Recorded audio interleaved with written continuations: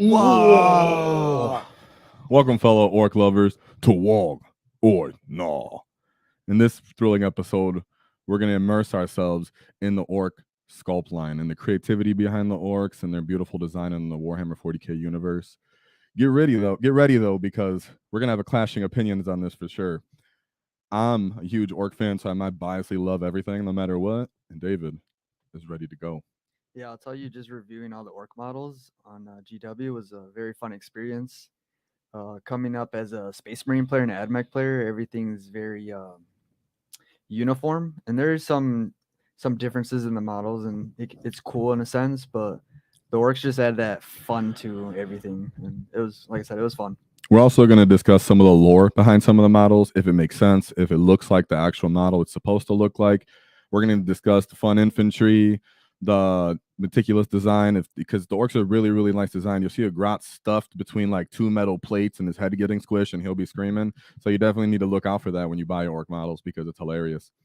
All the unique characters, because we kept a lot of our characters. You're going to see, though, we're going to go into some that we can't really find anymore, even though they're in our index. So you might want to use this guy, realize he's almost impossible to find, decide you're going to 3D print him, and then eventually maybe he's not even a model anymore. Like we've seen with these Forge World models, some factions lost a lot of their things. Custodes lost Satratarm Guard.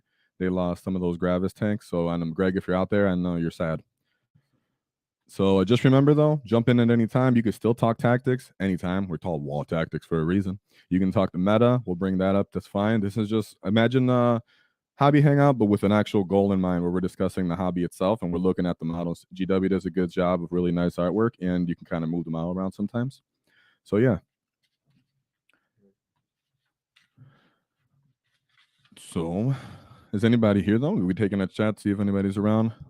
Hello, everybody. Anybody's here? All right. Hello, everyone here. We're going to go ahead and start with the War Boss. So, War Boss, key to any Waaagh. He looks as we would imagine with the 40k universe. I love how they attached the Squig. The Squig's super underutilized on 40k. I know a lot of people decided, or some people might be new and just realized we got the Squighog boys, or if you're familiar with AOS, they got them everywhere. But here, I'm really glad they utilized them, made them look sick as heck. They made the claw very exceptional. It's not just a normal little power claw looking all dorky and janky. He's an updated version of the War Boss. If you've never seen the other one, he's a little goofy looking.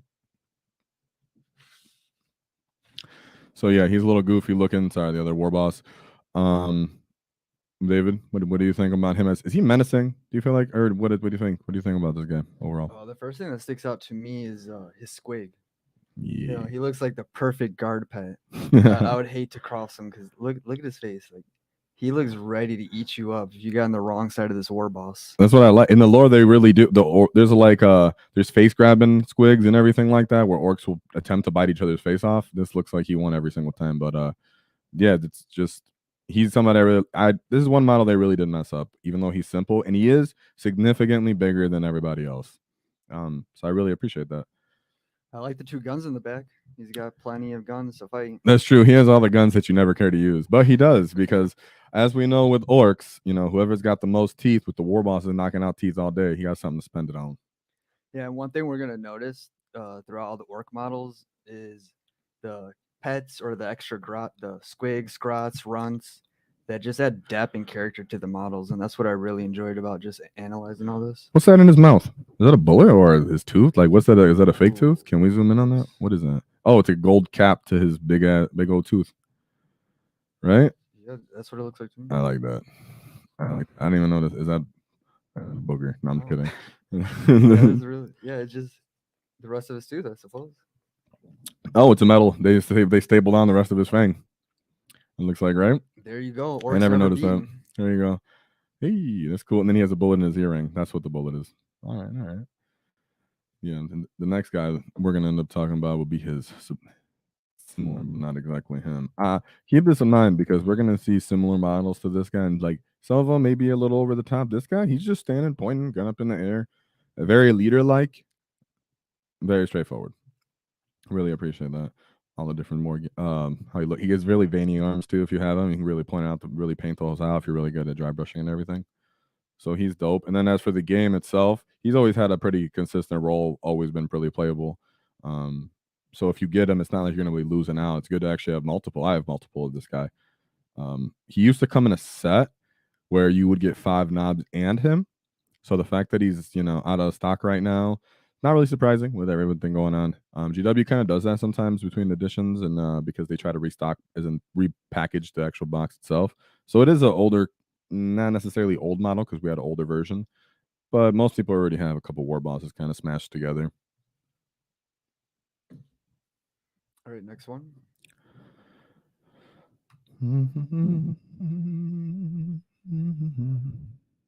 Yeah. So then the next one on our list is going to be the Beast Boss on Squigosaur. So there is a difference between the Beast Boss and the Beast Boss on Squigosaur. So this guy is one of the newer models from GW. He's really awesome. He's finally, they brought in a squig. I mean, I just didn't want to directly get into that, but I'm getting directly into that. They finally brought in squigs, you guys. I mean, we could have had that a long time ago. How many awesome squig units does AOS have? So they finally brought someone in. I to be honest though, I'll be just straight up. When I first seen the model, I felt like he could have been a bit bigger, a bit more menacing. He does have like a proper squig design, but like his little belly and his underbelly right there, if David's showing it, a little pouchy. You know what I mean? It could be a little bigger. Smaller. It's a little big. His head could be maybe a little more T-Rexy, maybe not just like a cylindrical. So even though I like that they introduced him and they did a great job with his teeth, they gave him a nice mech leg because that's canon. They put a gun holster on him. That's pretty dope. The Beast Boss himself looks awesome, right? If you like playing used to play snake bites back in the day, he makes total sense for a snake bite. Different kind of choppa. I like that it has a curve to it. He does look unique, and him and Mozrog look significantly different. So it's not like they were lazy about it. But the squig himself, compared to all the terrifying things we've seen in 40k, not crazy. Not as crazy as you would think. And he's not that big, but I kind of like that he's not that big, to be honest. He just needed to be a little more menacing. So, yeah. And then, as in for the lore, there's not a lot of lore on this guy because he's a beast boss, so he's just a really nice model overall. Most people probably own one by now. I have one that got kit bashed because, when they first came out, it was hard to get one. And then I have one that is the actual model as well as a magnetization of the actual torso so that I can change onto the other guy if we wanted to. So, yeah. Do you think, what's your opinion? What's up about this? You crumping? Are we wagging or noggin? Wrong, guys. I even myself said it wrong. Waaagh or nah? Because, he's a simple Waaagh for me. He's a new model. We know what's up. Yeah, I think just for that factor, it's a Waaagh, but they could have definitely made the squig better. I think giving him like some mechanical adaptation, like around the jaw or around the face. The leg, we see that a lot. That's like a go-to. Just replace a limb. It's a little safe, right? Yeah, it's real safe, exactly. When we see over here too, like they just give him like a little patch of mechanical area right here. Yeah. He says just overall, I get what you're saying. Safe design. Yeah, I guess that's a good way to put it. It felt safe. Yeah, that belly be bothering me. I like what you said about the teeth. He could have got like a mechanical molar of some sort. I know it wouldn't be obvious it's mechanical because that's not the proper way. Just like a metal molar or something that shows a little extra. He's been biting too many hard things and maybe one snapped, and they needed an immediate response before the next fight or repair. Then we can go. Yeah, you might as well. Yeah. Yeah, the model is that model is Bamf. It is a Bamf. He's a Bamf. We're just little critiques here and there because we have to for it's fun. And like I said, I'm the Ork player here. Of course, I'm gonna just about every model. David, he's new to it, so he's gonna give it with a different eye. We do have AOS stuff to compare it to, so we do know how the squigs could possibly look. That's what I was saying. It is a little bit of a safe design. That's not necessarily a bad thing. It means they appeal to everybody and it just came out good. I'm just saying, did it come out 10 out of 10? That's an opinion of everybody, right? To me, it's a solid 9 out of 10. A little more menacing, a little more T-Rex head, maybe a little more bones, but yeah. And thanks for joining us. IMR Mortis. Yeah, we appreciate you. Yeah, give your opinion, dude. You can disagree with us all we want. We like that. If you didn't disagree with us, you wouldn't be a proper greenskin. I mean, you're supposed to. That's how, we'll fight it out and then collect each other's teeth after and go eat a grot.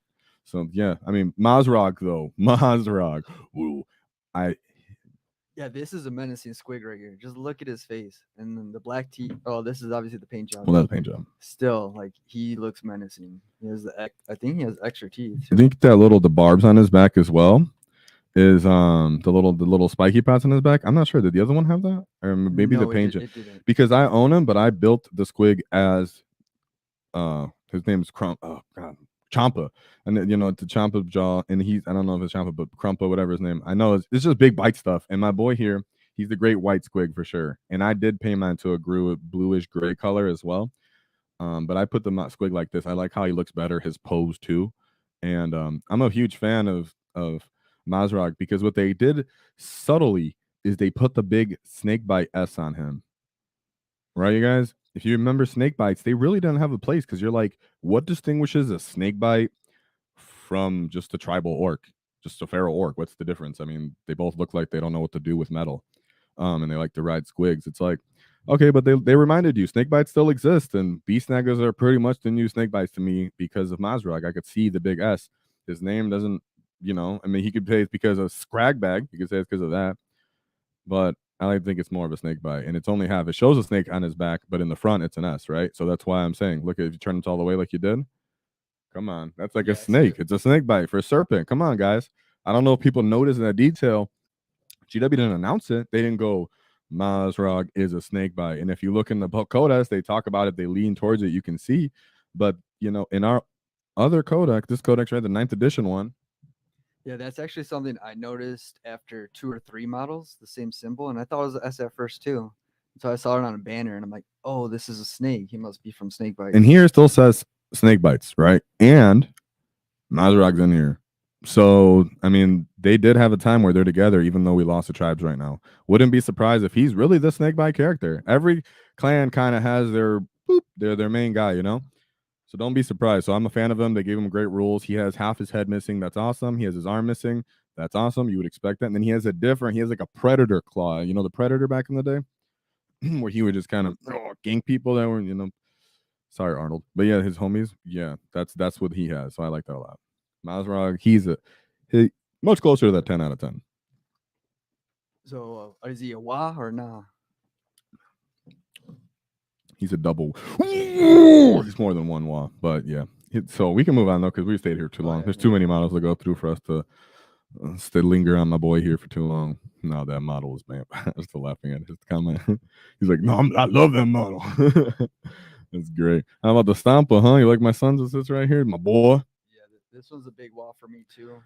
You notice the ingenuity that the orcs have with their biological enhancements, how they salvage the field. You see the exhaust coming off the squig. He's never running. Is there an engine in him? Like, what is the exhaust for? I think no. I've never seen anybody question the exhaust. What is the exhaust? I just noticed.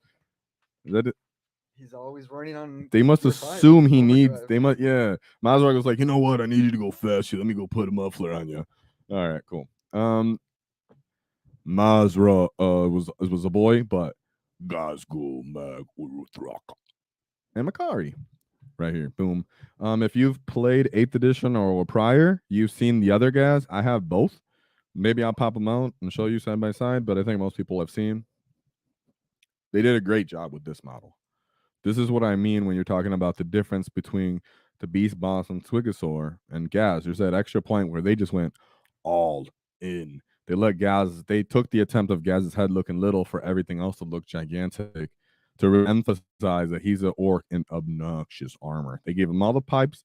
They gave him a really unique, cool war banner on the top, kind of, because really it's more like muffler / battering head. So, goodness, Gaz is a triple wall, quadruple wall. They did a great job for him and Makari. And after reading the Gaz book, I don't read anything I lied besides the indexes. I listened to it on Audible.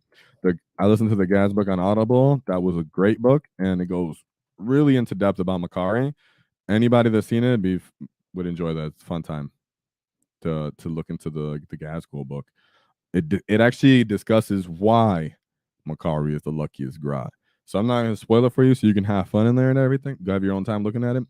But it's a beautiful book, and they did a great. All these new Ork books that we're going to actually discuss a little bit more throughout the day, this night as we talk. I highly recommend them all. Get them on Audible.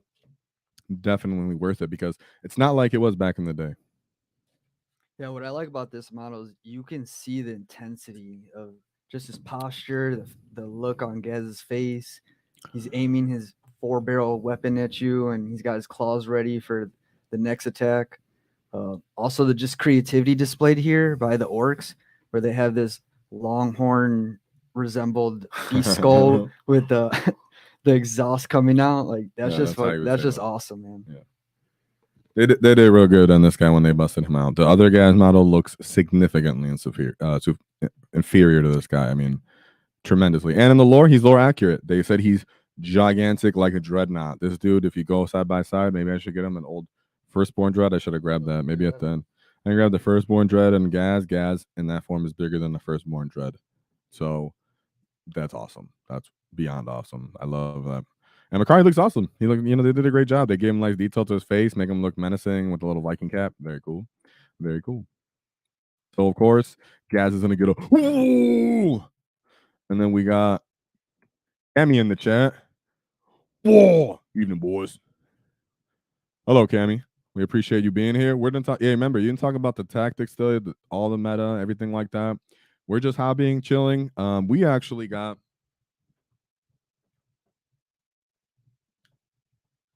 So we actually got the Leviathan box set, okay? Because we do intend on doing battle reports here. We have a lot of armies that are fully painted.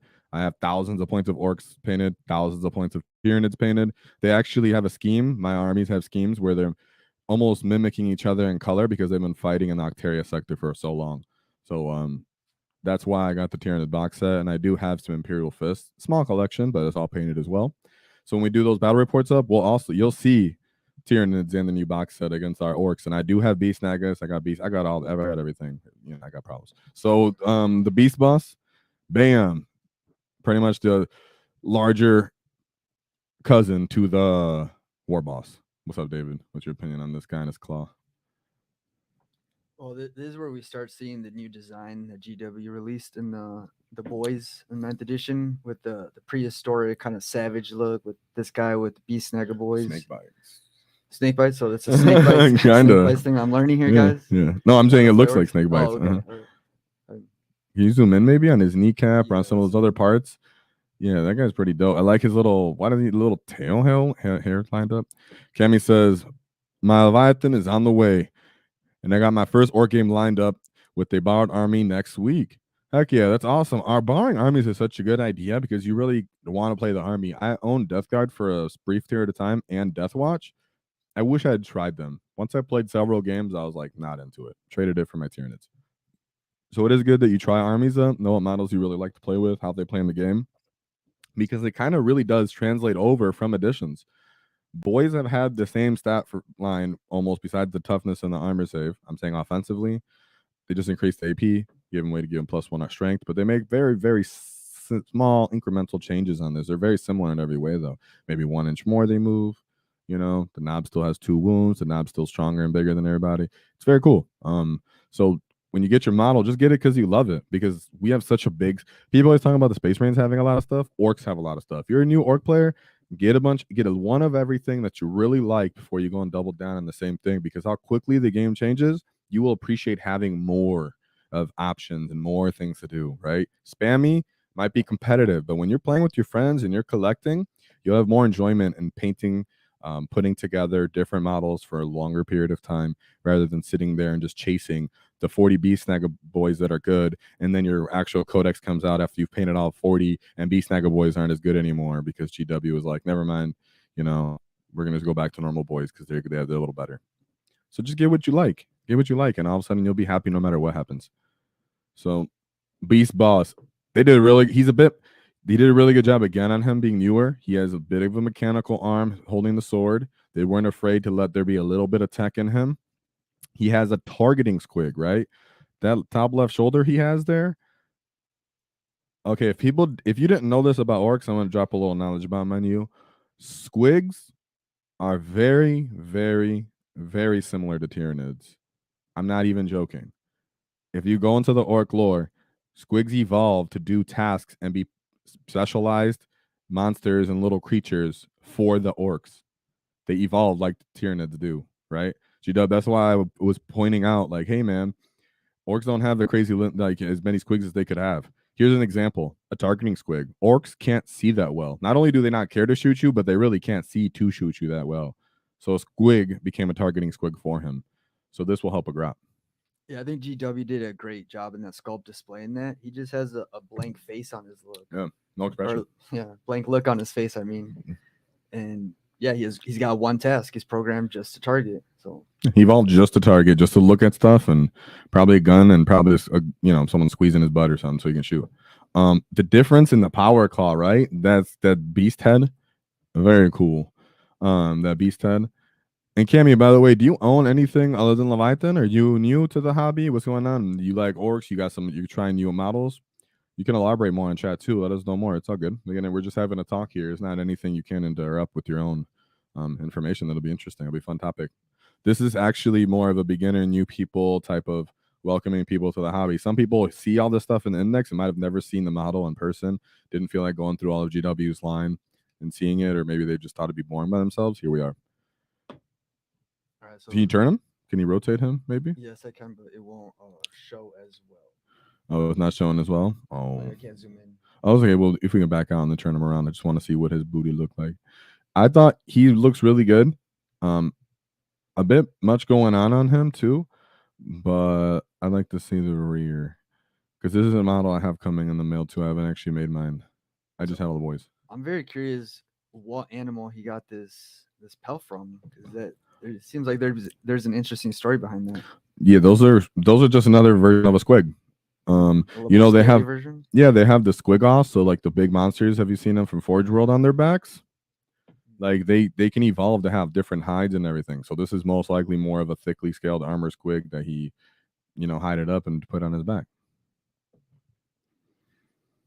Do you know, is their lore storyline explaining the different appearance of these orcs, or is that just design issue by GW, or just what is well, like just the extra bones as weapons and armor plates, as well as the extra pelts, more so than we've seen in the past, or is that just a revamp in the sculpts? I think it's a revamp in the sculpts. Okay. I've never really seen that on Ork models too much. I think they did a great distribution of it, where they put some metal, some bone here and there. They didn't make them look like they're clueless as to how to do some metal working. Obviously, metal's still better than bone, but orcs, snakebite specifically, and orcs in general, if they present bones, it's to show their fallen enemies and their slain foes. So it's a pride thing. Orcs do have pride. People like that. So if you've been in the hobby for a long time, we're going to start connecting the dots here nowadays between the original lore on how orcs were and the modern day lore. For example, if you listen to Hell's Reach, right? Or if you listen to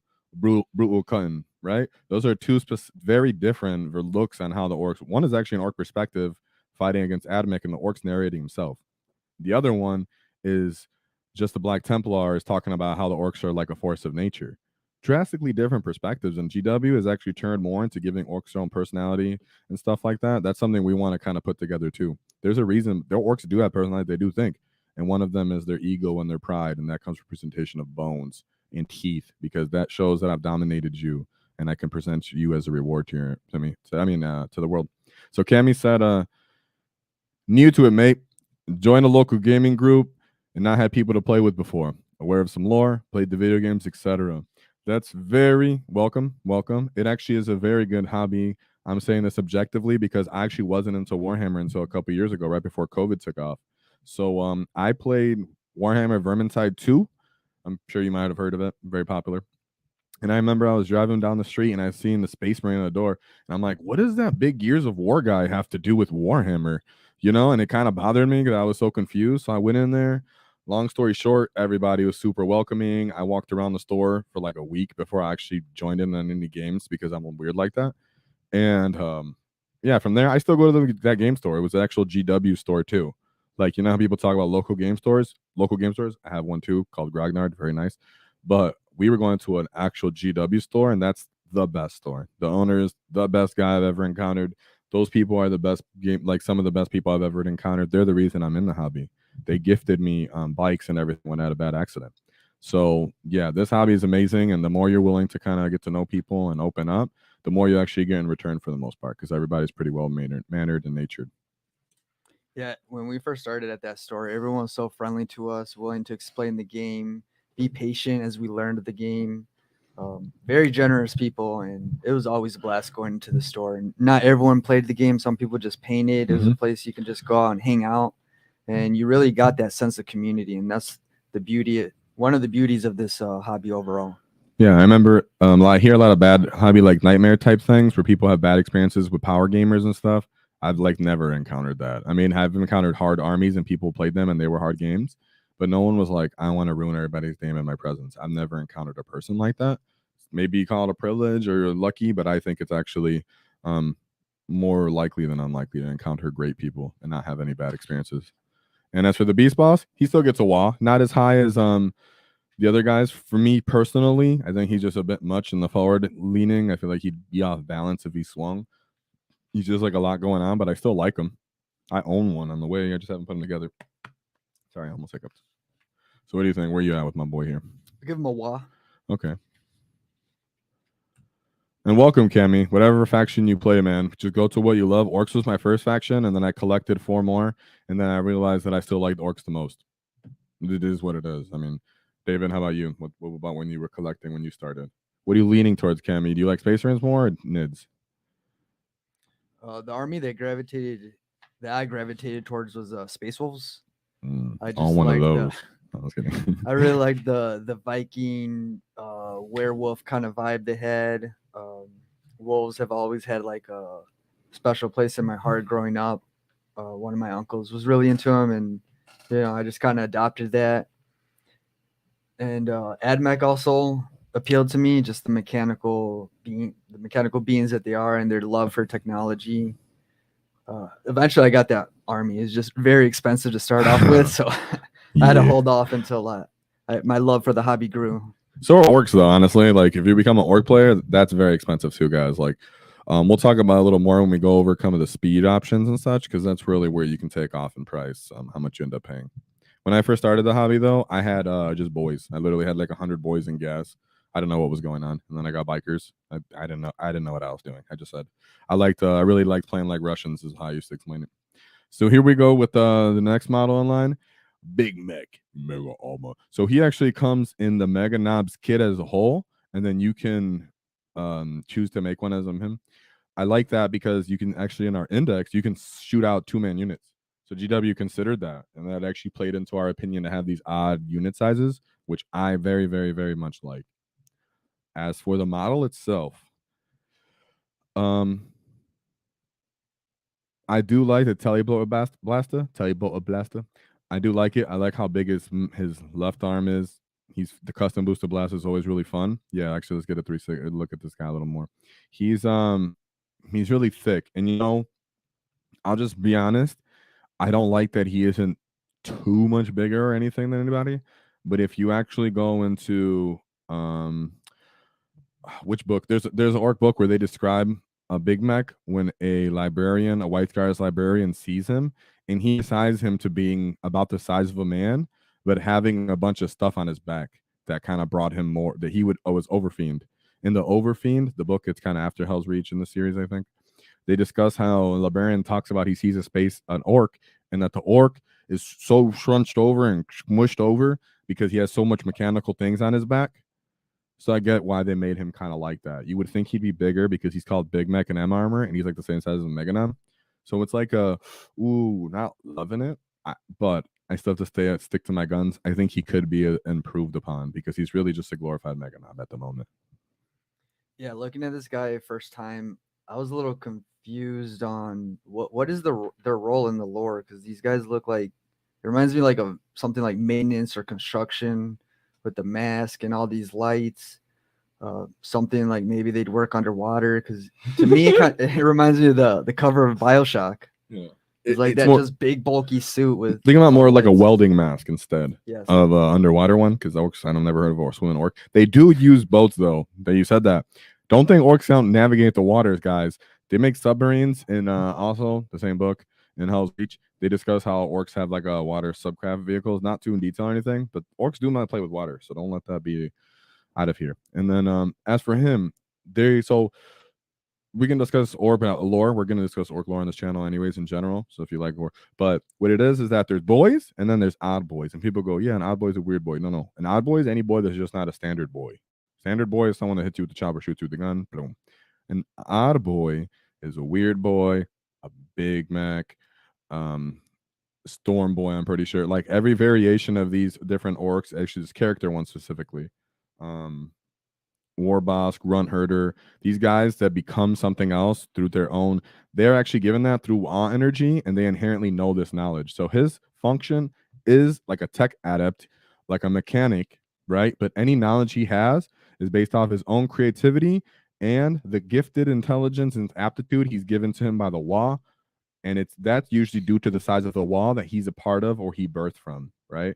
So wherever he spored from and came into being, if he's a part of a great wall, a big wall, a lot of Waaagh energy around, he's going to be a more capable Big Mac, actually.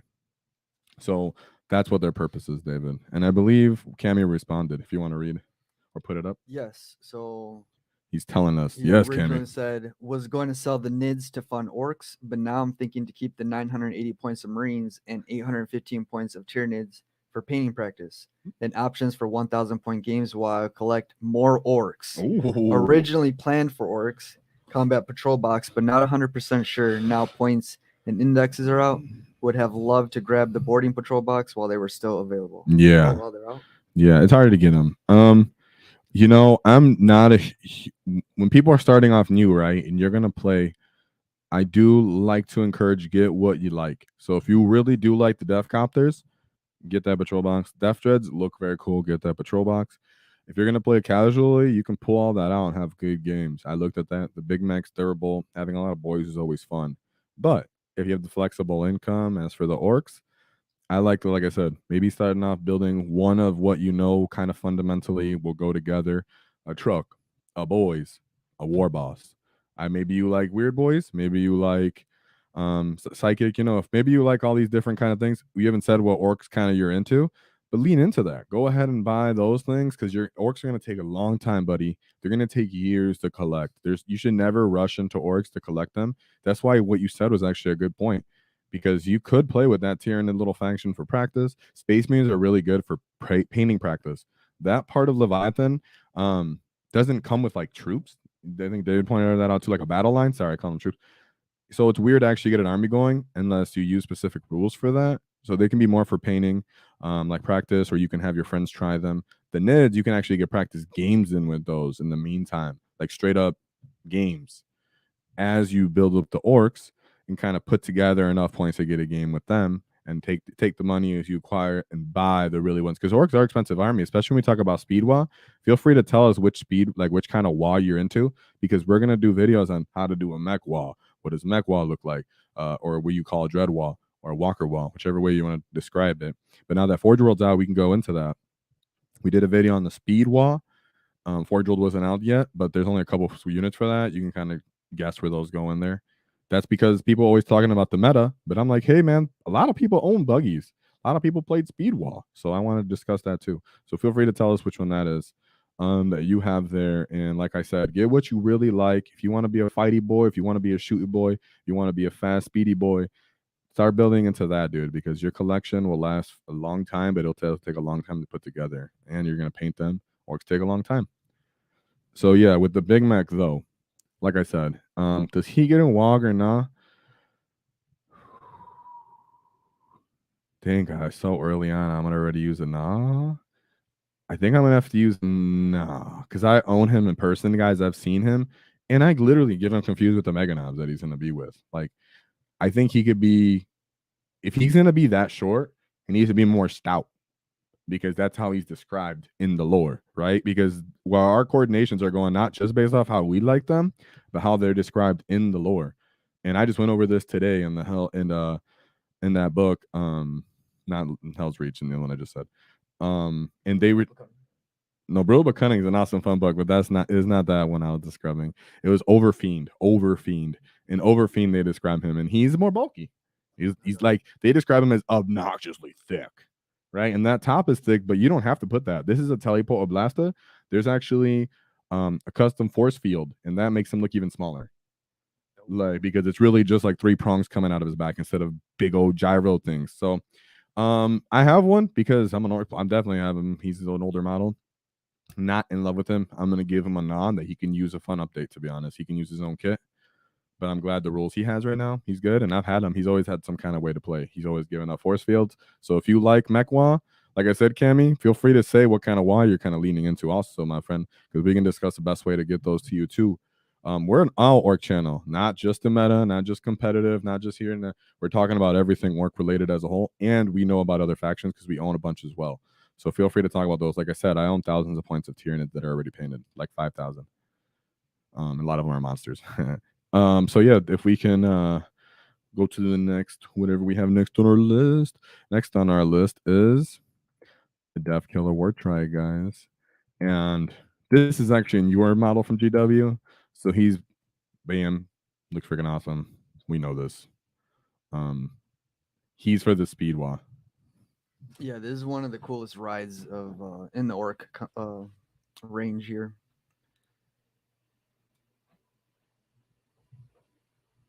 And typically you don't see too many 3-wheelers, so that's one thing that stuck out to me right off the bat. Really appreciate that design. Let's take a look at him fully. I own him and I still think he looks awesome. Yeah, he's awesome. You could tell like these guys are gonna have a fun time. They're gonna be blasting across the battlefield. One little detail I noticed here was this wheelie bar here. And my favorite part, honestly, is the little small detail. I'll zoom in so you guys can see. But this Grot just does not look happy. He looks like he's going to be in for a rough time here, being in the back. And I don't know, maybe you can further explain how Grots get treated in Ork culture already? Or get a better angle of this? Yeah, so all Grots, people might feel bad for them sometimes or just comically think that they're goofy and in the wrong place at the wrong time. But they are intentionally put there by the Orks by force. Their Grots are miserable while they're there, but they have complete pride and happiness in the fact that they're greenskins. So they'll never get it twisted. That's another thing about the Ghazghkull Thraka book. If you listen to it, there's some Grot talking in there, and you know they have an interaction with humans, and the humans are like, "Dan, you guys are kind of mistreated. It seems like," and they're like, "Nah, bro, we're greenskins. That's how we do. This is just our way of life." So. No, Grots are totally happy with being stepped on and all that stuff. They just, in the moment, get a little mad about it, right? But they understand their purpose in the overall greater Waaagh. They really do. That's the really cool part about Grots is they might be goofy and cowardly and blah blah blah, but they actually really understand their role and they're totally willing to be a part of it every time. Just sometimes more coerced than others when they're about to be destroyed. So can't blame them. Death Killer Wartrike. It's cool that they have 2 guys on top. Like, it's a multi-Ork kind of thing instead of just 1 Ork on a big old bike. They were willing, like we said before, get creative. A trike? Death Killer Wartrike? I mean, I would say, and normally if I told someone I was cruising a tricycle, they wouldn't be impressed, right? Let's just be honest. A tricycle is a tricycle, right? And then I'm like, yeah, I got some happy Halloween pumpkins on the side, bro. So if you describe this to someone, they might not get too into it. But once you show it to them, they really like it. And I do too. They gave him like looks like he was put together, but he doesn't look like he was assembled, right? Some parts of it, you can really see where he's just a big old dragster bike. And some parts you can see where they did over the top extra Ork stuff. So Cammy replied again, David, if you want to throw that up because remember, we're just talking about everything.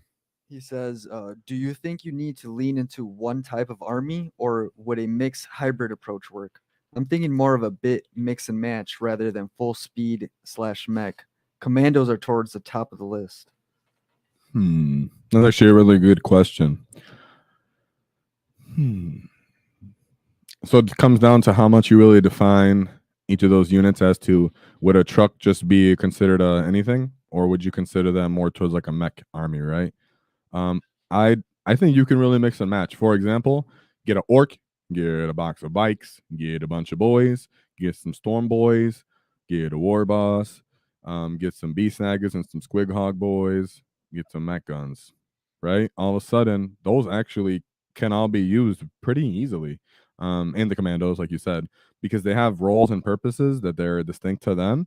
But just keep in mind what is actually going to kind of go with which. Like, obviously, a truck can get almost anything in it, but you don't want to get too many things if you're only going to get a couple trucks. But you can totally hybrid out, because I would still get bikes. In our speed wall, we talked about how that's for a full unit of 6 bikes, 150 points, 19 wounds, T6. Boom. That goes in any list. And that's kind of how a lot of the Orks kind of units works, because they all ultimately are fine charging in or being traded for cheap, right? The only thing that are exceptions to that would be like buggies or Morkanaut. Those are obviously kind of specialized to the wall they're going to be in. But across the whole like kind of collection of Orks, you're not going to go wrong with getting a little bit of everything. You really won't. You'll actually really be happier at the end of the day, because as points change and the meta changes, stuff gets cheaper, stuff is good, and all of a sudden you're the one guy who owns the mech shop, like I showed on the like on the other stream, where all of a sudden I'm a dork. I'm one of the only people I know with the mech shop. So just do whatever you like. And you said he was thinking more. I was thinking more of a mix match rather than full speed wall mech wall. Yeah. And Commandos are awesome. They're such a good kit. I have 2 of them, and then I have some that I kit bashed. You won't be sad about that. Do the Commandos, get the boys, mix and match a couple things here and there. Orks can actually play like that. Of course, this isn't going to be competitive, but what I'm saying is to build a big collection and then you start moving into competitive play, it's better to just have some of everything, so that when you start moving into competitive, you can go based off that, compared to trying to chase it and then eventually it changes, right? That's not what you want. By the time you put these models together, paint your army, find a tournament, sign up, you don't know what FAQ or what everything's have happened or whose feelings got hurt that the rules changed. So just get what you like. So getting a mix of everything, mixing and matching. Then as your heart and your love desires, I didn't realize it. I own a ton of speed stuff. I didn't realize I was getting so much speed stuff, because in my mind, I have a Stompa, I have a Morkanaut, I have Killa Kans, I have 5 Deff Dreads. But when you put my points wise, I have so much speed stuff. So mix and match, dude. You won't be sad. And I give him a hard wall. A big wall for my boy here, or my boss. Yeah, these guys make driving a trike cool. You know, look at this guy's mask, his claw, everything puts it together. Real nice. Yeah, weird boy. We have some more comments from your boy when you get a chance. But yeah, we're gonna go weird boy. Weird boy I really like. And if you know Ork lore, and jump in if you know anything about Ork lore, if you actually like if I say stuff about Ork lore, because I really don't know. We're just feeling out the channel. I personally feel like there's a big hole in the internet where there's not a Ork home where we just discuss the lore, the love of the models, the creativity, because the Ork community does it all. We can kit bash. We have some awesome players like Matt Root. We have some really good painters that come up with amazing stuff that looks cartoonish or whatever at the same time. All right, we got Pollo Chicken. Yeah. Rules are temporary, models are forever. That is so true. You get the models that you are gonna enjoy building, enjoy painting, because like Eddie mentioned, the rules are always changing. You play enough editions, that model, that buggy that you get that's not good right now, next edition, or even when the codex drops, all of a sudden he could get support in those rules and actually be playable on the battlefield. Yeah, for sure. I have a full kitted battle wagon that has everything on it, and it looks painted and everything. Actually, I think I broke the grab a claw off one time because I was transporting it, but it has everything on it, and you would think that's too many points. It's annoying, blah blah blah. And I was like, I just love it. I don't care. It has the death roller on it, everything. Now, War Gear is free. Now all of a sudden I look like a genius when really I'm not. I just wanted everything. At the end of the day, I just wanted everything. So that's the part, man. Just go with what you love. Boy, your chicken said it perfectly. Thank you. You get a that's some knob behavior right there. So weird boy, bam. This guy's actually a resin model. Now, can we zoom out at all, or is this are we kind of stuck here? Because what I wanted to point out was the guys behind him. If you can turn him around. Oh, you can't. He's old. He's not supported like that. Yeah, you can tell that he's an older model. Here, talk real quick. I'm gonna actually see if I can grab mine and see if I can point out his other part. Not how he looks. He's a resin model though. If you ever put one together. Right. So right off the bat, you could tell just off the facial expressions of the Grot and the weird boy that he lives up to his name, being weird. GW is trying to distinguish that. even with his attire and his ornaments here, they fall in line with the typical orc stuff, but they just slightly made it different. He's got his nails painted. Obviously, he has a staff. And Eddie's showing one on screen. Let me make him bigger so you guys can see. And bring it up a bit. Yeah, see it up. All right. See how this is actually hanging off the bat? The Grot is actually hanging on to the weird boy, right? Doing his thing. So I put it everywhere. And he loves him. And he's trying to hold him back and control him. But actually, the Grots kind of, if you listen to the lore when they discuss them, the Grots are actually drawn to the weird boys due to the warp energy, even though at the same time they're a bit worried. And so are the orcs, because the weird boys are used as like nukes. They just throw them up. They put them in chains, put them at the side and edges of orc society, because otherwise they'll get too explosive and blow up if they get close to the rest of the boys. Then when it's time to get into proper scrap, they'll go collect them. They'll drag him to the front lines. That's why he's all chained up. That's why he's chains and locks all over him and bells, because they let him know he's coming. Pull him up to the front line. Get your butt up, boy. Get him up there. Then all the wall energy from all the boys being there, and then boom, he goes off. He just blows up, or he blows someone else up. If he can adapt and keep going, and he can learn to control the wall energy, then he becomes a warp head, or becomes just overall an actual powerful psychic. But usually, a weird boy's life is quite temporary, and they tend to mostly just blow up or blow their friends up. But yeah, that's the weird boy. Just so you know, though, he's a resin model. I personally like to get the AOS one sometimes too. I have an AOS guy that's a weird boy version, and them. So whichever one you prefer, but the AOS one is easy to build and he's plastic. Yeah, also know with the resin models, the paint doesn't absorb as well as the plastic. There's a difference when you're painting, and you feel it, and even the details are just not there. Yeah, so he's gonna get he gets a wall for how he looks. See how he's in a bigger wall though, because he is resin, and I don't appreciate that.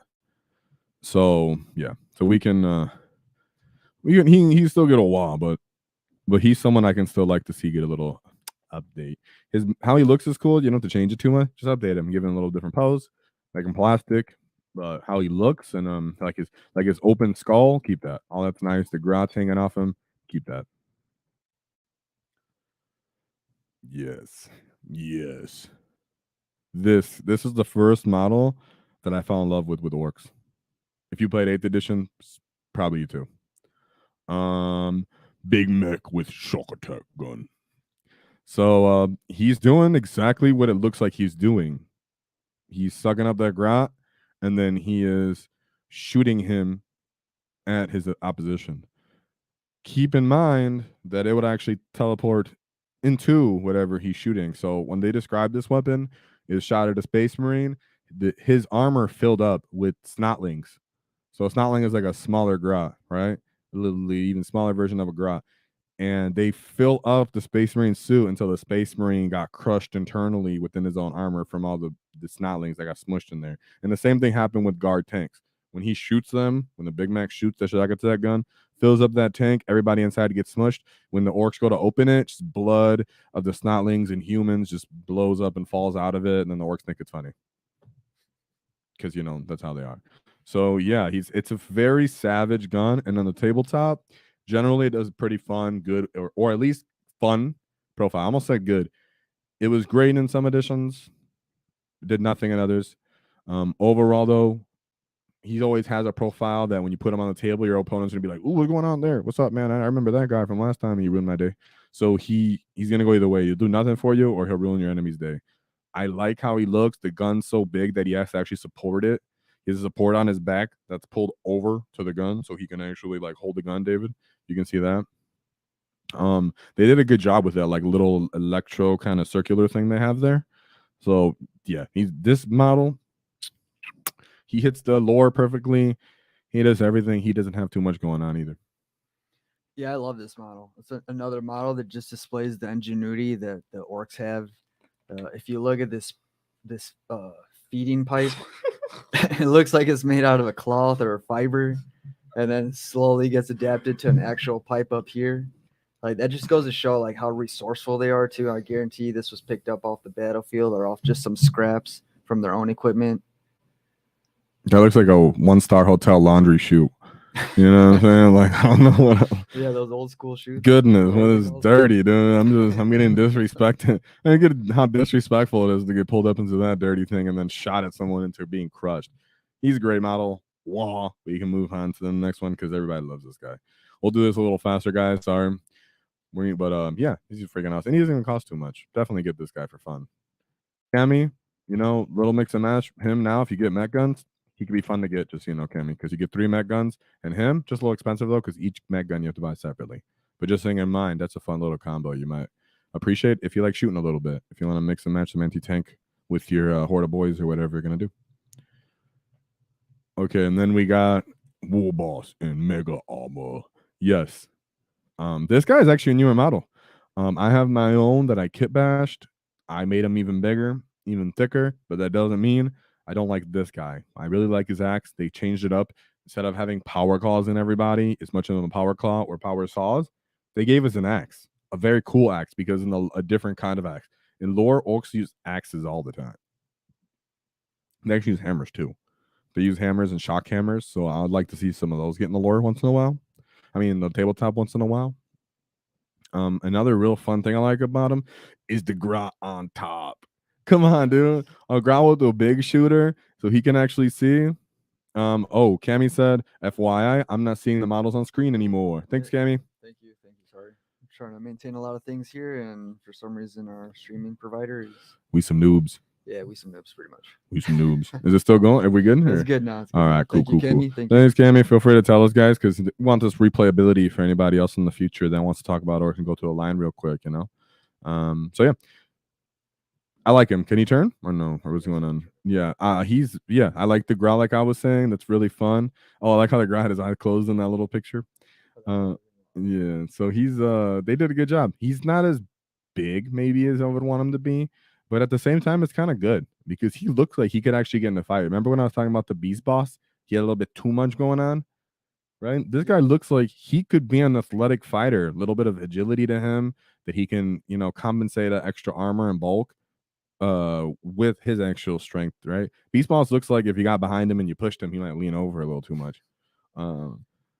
This guy looks squared up. Yeah, what I really like is his pose, like just the action pose he's got going on.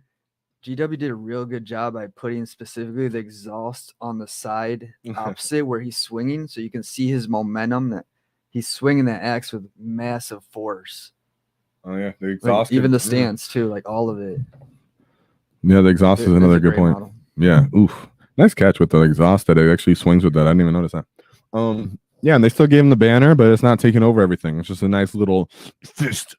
Oh, crump you. Yeah, so like him. He's not too much. Like I said, he gets a proper wall. All right. Sure. And then we get, so this guy is Boss Zagstruck, right? So he's in the index. He is notoriously known as the Storm Boy boss. He's known for his Vulture Squad, where he leads Vulture Squad, which is just a bunch of Storm Boys. He's more of like a bully. So traditionally, he's a goth character. He literally, when they describe him in lore, he likes to bully. Also, just want to mention the reason we're not using the GW side for this one is because he appears to be one of the discontinued models. Yes, that's why I was trying to hype him up a little bit, and before I kind of broke your heart a little, is that yeah, he is actually discontinued. So I appreciate the GW put on because he's actually in the index. I mean, in the index, and he has pages in the prior 9th edition codex, right? This one. He was in there, and they have a whole pages on him and everything, discussing him and his Vulture Squad and how he's a bully and how he has those cool claws. I own one, fully painted, love him. I would actually be sad if they got rid of him, not gonna lie. How he looks, how he plays, he's one of the other models that I really, really fell in love with right when I got into the game. So he's, and some funny stuff is he's known to give a mean glare that stops a raging Squighogs. I mean, what the heck, a glare? And I guess he doesn't look that menacing, you know? Kind of, yeah, definitely not. But I like him. He's a different looking Storm Boy. He's a menacing looking Storm Boy. What's that in his face? Maybe it's the hat, man. The hat looks pretty menacing as well. I don't know, dude. It looks I don't know. He looks like a bus boy hat, dude. I don't know. I don't mean to say that. Sorry, guys. And whatever. He might be discontinued. I like his chopper, though. Look at that. with the knuckle guard, right? And he turned the half around and really, he splat into some armor. His pack looking like a little armored jetpack on the back. That looks pretty cool. And then he has the old Red Baron type of, jacket pack on his back. He shows his arm because orcs don't wear sleeves. Normally I don't either. I shouldn't be wearing sleeves in my back, guys. Let me fix that. All right. I was being an improper orc. Yeah, I really hope they revamp this model. I'd hate to see it fully go. Yeah, that'd be a better thing, right? If they just got a new boss Zach struck, that'd be what's up. But yeah, he gets a hard whoa, and he's fun in the rules. I mean, I had him since 8th edition, but I can't recommend you get him right now because we don't know what's gonna happen with him. But you can proxy by just create your own Storm Boy using him. Maybe a knob or something. Bam, just put them together. And then Cammy said, 2:30 a.m. Need to get some sleep. Yes, sir. Thank you, my boy. Woo! Have a good night, though. Sorry if I yell on mic, guys. Sorry about that. GW decided. Hey, GW decided to listen to you too, Cammy. They didn't even care. They were like, "We're gonna go over that too. We are gonna destroy that too." Must be one of these time zones over here. A lot of pre-orders happening right now. GW. Ooh. They decided to shut down the entire site so they can focus all their servers on making sure everyone gets what they want. Let's just pull. They've had some issues. Just pull pictures off online. Google. Use normal pictures. We like GW because they had the best pictures, the cleanest pictures, and everything. So we were trying to use them, but we had a feeling this might happen. But that's okay. I mean, whatever. We're just show off the model and just have a talk about it. We can briefly maybe check in a little hour. So we can check in an hour if we're still there, if we're still here. Right, it was real nice having the 360 view too. Yes. Oh, there he is. So this is the Ork mech. Oh, that's actually a decent picture right there. So this is the mech, guys, we're discussing. What's that? I don't know. You could just left that side picture up, honestly. That was good enough. That little, if you can get closer. Yeah. So that's actually the mech, guys. He's different than the big mech. In the index, you can see he's different. He's traditionally a very cheap individual model. He used to come with like a dread box where you would get multiple Deff Dreads. He was really thematic because he comes with a big old wrench. He comes with the kill saw. He has what's it called? Like a mega pistol that acts kind of like a melta, but it's really just like a pistol that blows people, that shoots people. You can see right there at the end of it, right? So it's like a booster blaster, but yeah, he's normally he just kind of heals. He's like a really cheap tech adept, which I think they did a good job. Instead of the other guy, I didn't love too much because he has doesn't have enough like width to him, and he looks just like a glorified mega knob. This guy, I like how he has the little work apron. He has the wrenches. You can clear identify what he is. One eye is for maybe zooming in. One looks like it's just a normal eye, maybe for clearing lenses. He has a big old wrench as one of his actual weapons, but you can change that for a kill saw if you do get this model, just so you know. And then, yeah, I think he looks cool. I like him. He's not like amazing, right? Because he is just a tech addict, essentially, just a tech boy, but he's awesome. If we had a 360 view, you would be able to see how he's just holding this wrench. It's just like straight out. It looks a little awkward, so that's one thing I didn't like about the model. Also, I think there's a good opportunity to revamp this guy because he's very popular right now, or at least on the tabletop. At least people talking about him. He's sold out as well. I can't verify that right now, but I believe that was the case.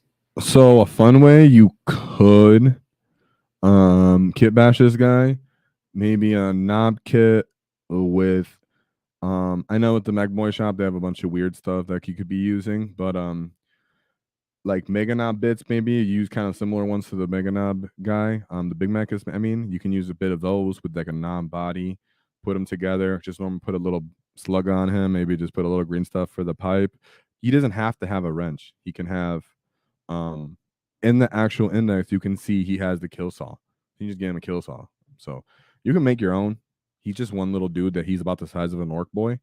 So don't stress it too much. If you want to run one, there's a bunch of heads that are like a big mech heads from a Mega Knob kit. You can throw on a boy body. I mean, a knob body, I would probably suggest more. So he's a little bigger. A knob body, and then give him a nice little pistol and a cool wrench banner type thing. You can call him that. To make him distinguishable enough. And yeah, so we can move on from him. But he's solid. He's solid. He gets a ooh, but he's not anything going to blow your hair back. But I just wanted to show how he looks. Oh, and here we have Zodgrod Wortsnagga. I always say his name slightly different, so if I say it wrong, come fight me. How about that? Okay, so this guy, super unique look. I mean, creepy, menacing. Oh, imagine on your patio, you look out the window and yawn, you see this friggin' thing. Oh, right? What's that hair, dude? Look. Okay, just saying, but what he is actually, run herder. Run herder. Now when we get to the routes, you can see what a typical run herder likes, and you can see this guy looks astronomically different than any other run herder we've ever seen in the model line. Astronomically different, and his lore is too. So what he happened with him is he was a part of a Big Mac Waaagh. He decided I'm gonna utilize Grots. And then a Big Mac was like, I'm gonna use your Grots in my shock attack gun, or just something like that, like some kind of gun. And so he revolted against that guy. He used his claw and he just chopped that Big Mac into bits and then used him to shoot through his own gun. Kind of messed up. And then he was exiled from his clan. So from there he went on to be a freebooter, right? And just kind of selling his super grunts is what he calls them. So he sells them for hire to other orcs that are going to utilize them and take advantage. So yeah, he's like a mercenary. Really is an easy way to think about him, and how they had him evolve to kind of like a humanoid kind of body, longer limbs. You see all that, guys? I like that. I mean, not too much though. I don't want him to look like the hobgoblins from AOS. I should say that, right? So if you look at a hobgoblin, you look at him, you can see they took a little bit of that. We don't want too much of that. I like that they did it just for this one guy. Yeah, this guy's very unique. He's got the whole like nomad, crazy old man that lives in the mountains look. At least that's the vibe I got, man. I mean, look at dude, his beard goes all the way down to the ground. Old man in the woods, crazy, with the shepherd hook on his back. Yeah, the shepherd hook. I guess that's to herd those runs. Yeah, I mean, yeah, I'm glad to see him. If you know what he is, you know, understand he's run herder. Awesome model. Yeah, I like him. They did a good job. He's new, guys. He's new. I mean, if you're new to the hobby or stuff, he traditionally came with the Beastnagga box. I'm pretty sure you can still find him, but if not, go to eBay real quick. He used to be everywhere because you get a Beastnagga box. And people are like, why would I want this guy when I own 2 of him because I had 2 Beastnagga boxes. So I might, giving one away. Actually, that's actually a great idea. Maybe we reach a little milestone, I'll start giving away some of those redundant models I have. This could be someone that maybe people don't have. So yeah, that's a good idea. Thanks to the wild energy you guys gave me to come up with that idea. So now we're going on to one of my boys, one of my favorites. I was hoping eBay because it's provided such a good picture of work again. That's cool. So the next guy we're going to is Boss Snikrot. So Snikrot is another model that I had since the beginning when I started. Like I said, I was really blessed to have a good group of people around me that when I was really messed up from the car accident, I actually had someone gift me a Boss Snikrot, not the newer version, not this one that they're showing Ork Member Community, but the first version, which I still liked a lot. Very similar to this one. So Boss Snikrot, if you want to know a little bit, I like to add a little bit of lore behind this, guys, because people have misintentions of the orcs that they're just like these mindless monsters. They have ideas and thoughts and independent thoughts of their own, right? They're one living organism, as in they all live off the same Waaagh energy to an extent, and how they grow and how they excel and everything around them. But they do have their own independent thoughts and ideas and desires. So Boss Snikrot right now is on Armageddon for the most part, right? He showed up with Gaz, ready to go. He listened to Gaz, and then Gaz left because he was like, "Oh, Gaz running to the other side of the universe. Oh, what the heck?" So he decided him and his commando boys were going to stay there, and they were going to he's going to be the one who takes over Armageddon. He decided this is going to be my planet. Gaz doesn't have to be here for orcs to take it because it's an orc planet, right? He also has a real problem with Umi lovers, right? He has a problem with people who mob up with Umis. You can see that in the Ork Codex as well, the 9th edition one. Some, you guys know this as well. Some blood axes, which we are fans, me specifically, of blood axes. My orcs are purple. I do, there's Gork and Mork. I'm someone who can appreciate Mork as well as Gork and such. So, he's more into tactics and the blood axes and everything like R2, but he does have a problem with people who team up with Umis, right? So I know some orc players are like, that's cool that blood axes are smart enough to understand when it's smart to fight against chaos. Snikrot is like, I have none of that. Nah. He'll just go chop that knob's head off for even suggesting that. So That's Snikron. He's a little bit more bestial, even though he's a sneaky guy. That's what's different about him. And you see no power claw. Yeah, GW did a good job of displaying that on this model. If we just take a look, he's got the smoke bombs here. There's one that went off on the ground. Real nice touch, just kind of hinting at his reconnaissance tactics. He's got the multi-lens goggles here, just showing he's a master at that. Like you mentioned, he's got different weapons here, dual wielding. One nice touch that I like is the chains around here, around his wrist, almost acting as wrist guards. So I'm just kind of imagining this guy fighting close. Well, first using his covert tactics to get close. Then when he gets into combat, he uses those actually to like parry attacks. Can you zoom in? What are those? This is, I don't know if possible. I'm not sure. Just try your best. Are those dog tags? It kind of does look like dog tags. Are those dog tags? Here he's a collector of Guys, skulls. are those dog tags? Dog tags that he repurposes. If anybody's in chat now or later, awesome. are they dog tags? I think those are dog tags he's collected. I mean, they look a little thick. They look a little thick, but we don't know how, it's Warhammer Universe. You have to print the model, right? You have to make the model. It might be just a little big. Those might be dog tags, guys. Are they locks? I mean, that's what I'm saying. They look like dog tags. Like I have owned dog tags. They have similar chains to that, right? They're not the actual looping chains. They're not interlocking chains for dog tags. They're more of like those kind of the bead chains, right? So when I looked at them and you zoomed in, I was like, those look like dog tags, and that makes sense because he's Snikrot. If you listen to I'm sure he's taking a lot of dog tags in his time. One thing I'm actually found a little interesting is he's got these skulls down here, and they all appear to be either human skulls, except for this one right here. Is there a story behind that? And maybe an orc that crossed them at some point? So yeah, they'll still display, and those are human and orc or Xeno type of skull right there. So yeah, they'll just present skulls from people they decimated. And like we talked about before, that with commandos and such, there's a book called Catachan Devil, right? It's actually an orc book and Catachan book, so it's actually fun to listen to. And that specifically is about blood axes. And that one talks about how the blood axes will not only mimic the guardsmen, but they'll take souvenirs. That's why my mind went to that, right? Because the blood axes will take the knives of the Catachans if they can kill them, and they see it as like a really nice trophy. They see it as a really nice stabba. So yeah, I think those are dog tags. If someone disagrees, say it in the comments. We can fight about it. All right, so let's move on to the big Waaagh. Move on to the big Waaagh. He gets a whoa. I still have my old model, so I'm not gonna say I'm gonna jump on the new guy right here, because then I'm just gonna have a bunch of the same guys and I already have too much stuff. But if you're gonna get him, why not, dude? They keep his rules. He's updated. Unlike the other resin guys, he used to be resin. Now he's a new model. Here we have the Pain Boy. So the Pain Boy, he was probably like the third character I ever owned. And he was painted. This guy I loved as soon as I seen him. He's just a silly, obnoxious, just what the heck, but he is exactly what he's described in the lore, right? Obnoxious, gigantic, surgical claw with this big syringe and his little helper grot, right? If we could turn him around, we would show you right now. I think I have him model. I might want to, but this guy is exactly what you would want him to be. I love that he's smiling menacingly. I love that he has the apron with the saw on him and the one leg, because these guys do take pleasure in their creepy, annoying privilege of putting orcs back together. Yeah, that smirk definitely displays that. He has a passion for operating on orcs and, doing his thing. Yeah, I think this guy, I'm just gonna say right now, he gets a wall for me, even though he is just like a one pose like that.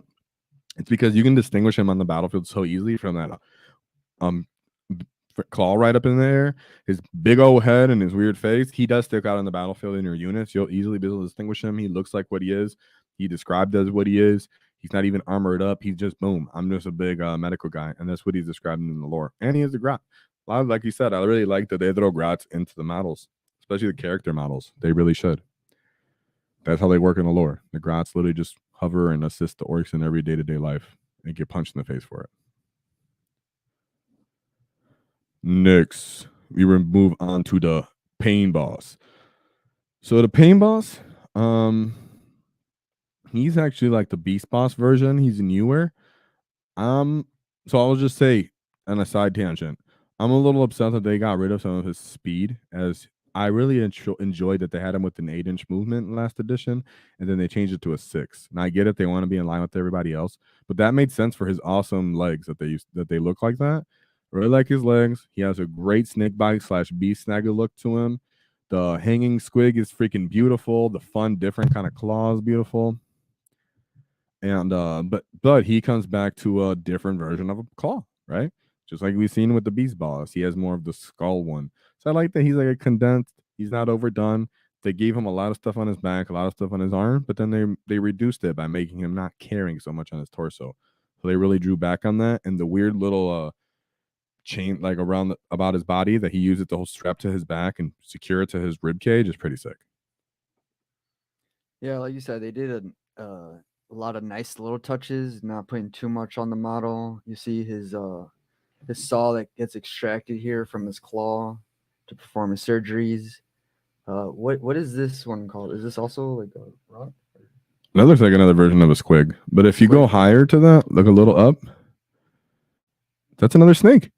Those are two intertwined snakes. Intertwined snakes. Yeah. Boom. My theory again. Now, I know I'm not a brilliant for this. I would just like to put it on the forefront because no one's just talking about the fact that it's almost like Snakebite's got their own line of models.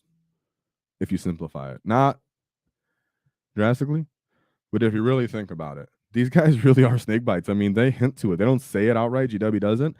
But look, another snake intertwined with a snake, like a Snakebite. Yeah, another little feature here that it's actually really funny. They got this grot, no legs, and he's on one wheel. That's just hilarious. That's disrespectful. He's a grot made unicycle. He's a grot cycle. A unicycle. Grot cycle? Yeah, that's a good one. That guy is cool too. I mean, I kind of want the model now just because of that, really.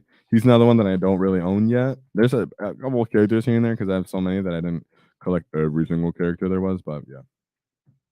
I have the mass majority and a redundant of other models, just saying though. From the Beast Boss models, I specifically stuck with like the ones that I knew I was kind of really excited to use. I had like 3 pain boys. So I was like, I can kit bash one or something. Ooh, another guy that I think is discontinued. Yes. Mad Doc Grotsnik. Right? This guy's actually in charge. He's actually the reason Gaz came into being. Poked up in his brain. He's the guy who decided to possibly activated all of Gaz's superpowers, right? And a little side note that you learn if you go into the Gaz book, recommend the Gaz book. Audible, right? If you don't like to read, you don't got time for it, don't care, use Audible. Mad Doc Grotsnik hates Makari. Boom. Boom. Lore bomb on you. No, it's not really lore bomb. But he does hate Makari. And it's kind of funny. So he's actually I don't know if you know this, David, but he's the doc that specifically worked on Gaz to get him where he was. And he's the same doc who brought him back to life after he fought your boy. Oh, who's your boy? His clash with Ragnar Blackmane? Yes. And he won. I don't care what you say. No. That's disputed. He won. One thing. It's never disputed. This model, there's a reason they discontinued this model. Like, he's missing a lot of detail. This is the dullest claw I've ever seen. What is that? Dude. Come on. Dude, it's for medical stuff, man. What the heck? You just use it to take off clothes or something. I'd hate to be his patient. That's a lot of pain. And I mean, you better feed me with that extra squig. His patients hate him. It's true. He's in there. He's a jerk. So yeah, he's great. He's great as in the lore, because I would say listen to that book. But as for the model, there's a lot to be desired. Just get a pain boy. I'm probably gonna do it. Give him a little extra things. Call him your Mad Doc. You don't have to go out and look for this guy. He might get a updated model from GW in here a year or so. So just keep on a lookout for that. That's just another. That's why we're covering them. Maybe people never seen these things, or don't have one because they're resin. And speaking of,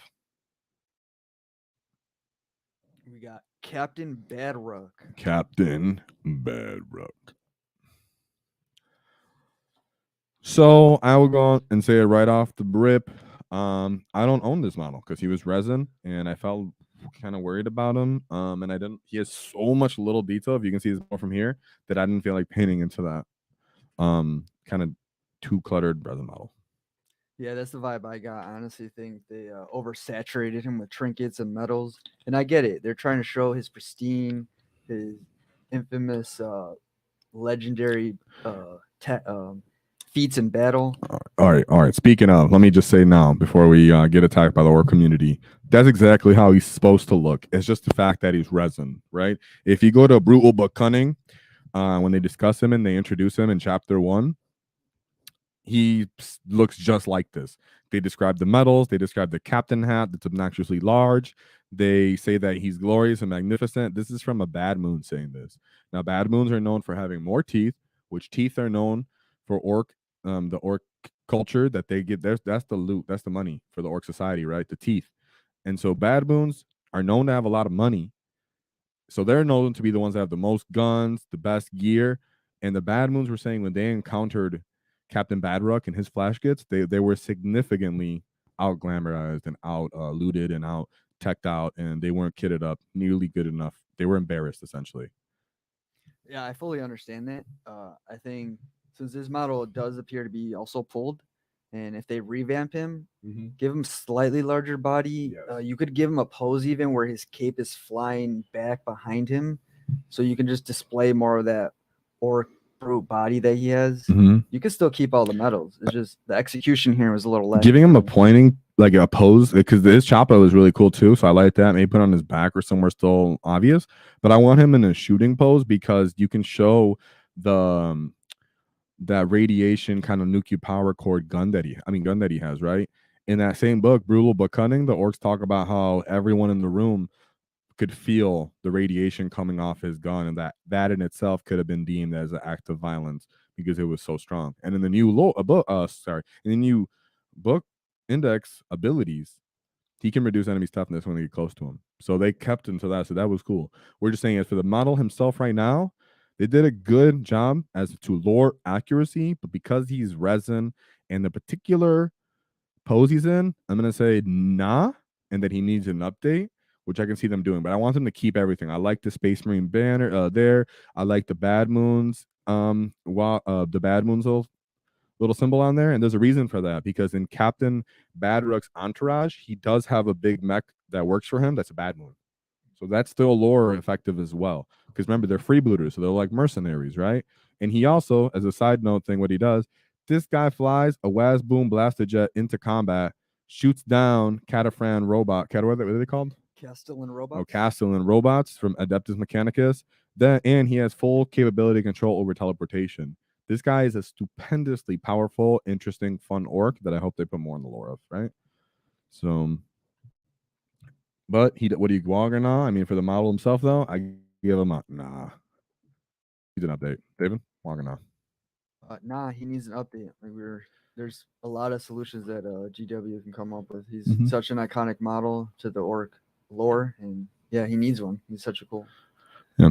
So let's go on to who's this?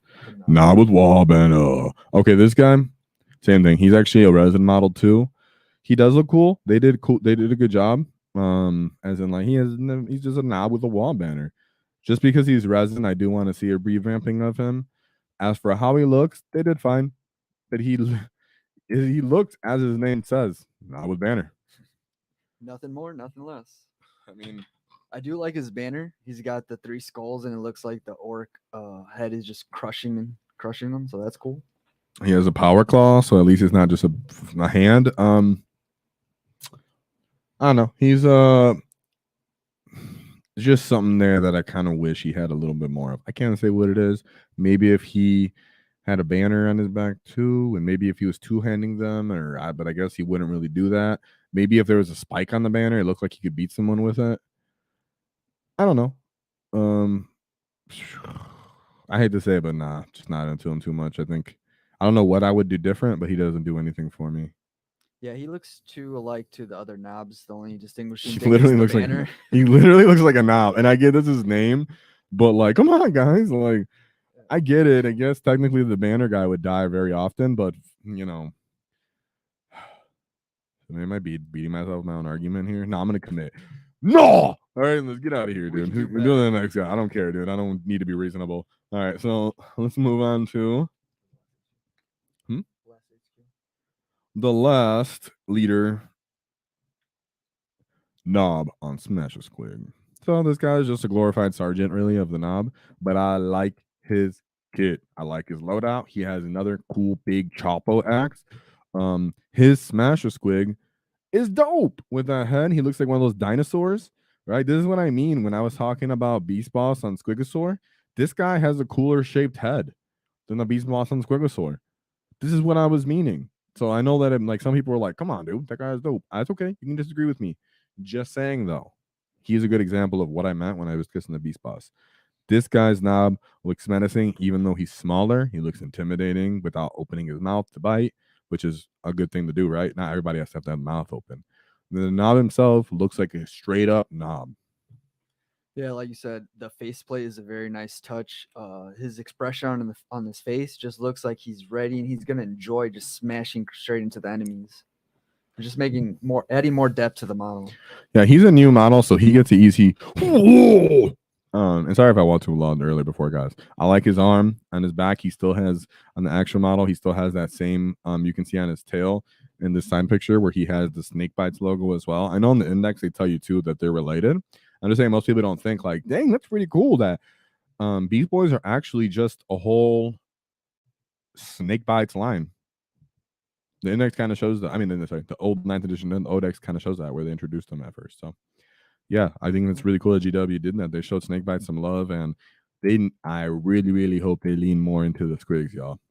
Like the Squigs for real, because we can have so much cool stuff. Like I played Tyranids, but I'd love to have just like a Squig little mob or herd run up with some, with a run herder and some grunts and just like crash into something, and then everybody fights and we get to chew on them. I mean, I like biting. So yeah, so we get to battle line units now that we finished with the leaders, and there's 2 boy kits, right? This is the old boy kits, and then the one right next to that picture is the new boy kits. So straight up different points. New boy kits, you have to load out what you see in these pictures, as in you literally have to take shooters. So I'm just gonna say that right off the bat. What they did with the models, beautiful, right? They're love it. They're a little taller, not all compact and hunched over, like they want to lean over, and they're the little hunchback of Notre Dame's. Very nice muscle definition, fun faces, really brutish. They iterate with the teeth, made the choppas a little different than each other, but they've already done that. The knob, very distinguishable, beautiful knob. That being said, don't make me take shooters on my boys. I don't like that. I don't like that, GW. I like having the capability to choose. Do I want all shooters? Do I want all choppers? What are you doing? Or orcs? I want the ability to have more choppers. All right, now show the other boy kit. Sorry, I got a little mad. In the other boy kit, in the old traditional boy kit, you get 11 models, guys. What? Not 10. You get 11. They were that cool. GW was rolling like that. They'd give you the 10 dude, and then they added the special weapon guy in there to the left. Yeah, that one right there. They added the special weapons guy with like a big shooter or a rocket in there, and you can see it right there. It says 11 part plastic kits. And this guy, you can put pretty much all of them as choppas. They have enough, bits. We're maybe not the big shooter guy, but he's 11th guy anyways. But the 9 boys and the war boss, you can kit them with choppas, and you can get all your choppa boys out of this kit. The boys don't look as cool though, as you can see. Not as dynamic. Their faces aren't that different. Their muscles aren't so defined. They're a little shorter, a little stubbier. But both kits get the wall for me because they both have different strengths. Best thing to do, mix them. How about that? Okay, mix them up, get both, have a cool looking orc army. So wool to both the boy kits. And we got to be Snag Boys now. So you guys just remember, we're new to this. Any ideas you want to throw out there about things to do, talk about? You're part of the community, be a part of the Great Waaagh. Leave a like, leave a sub. You want to see some more content so we know we're doing the right things, or yell at us, tell us we're doing the wrong things. and we'll acknowledge you or we'll crump you, one or the other. So you can have it our way. Let's get Beastnagga Boys. So Beastnagga Boys are a new kit as well, guys, which is really cool. We got these code like a year ago, maybe now or less. If you're new to the hobby, you might not have known that. So I'm just repeating that for my new little sporlings out here. Beastnagga Boys, great models. Freaking awesome models. They're exactly what we wanted in Orks when we talked about what they needed as an update. They needed to get a little taller, a little more upright, a little bit more intimidating, a little bit more diverse with the looks, a little bit more brutish. We got all that from the Beastnagga Boys. The knob, I think, could have got a little bit more uniqueness to him. You can see he kind of looks similar to the other original knob kit. I mean, knob in the original Boys kit. But still, great models. Have a nice lot of little signs of the orc skulls on them and everything. Let's go straight forward. Obviously, Waaagh. I don't want to spend too much time here. You're gonna get them. You're gonna get about a bunch of them, right? We're gonna move to someone that's true. Sorry, some boys that are true to my heart, which are the knobs. The knobs.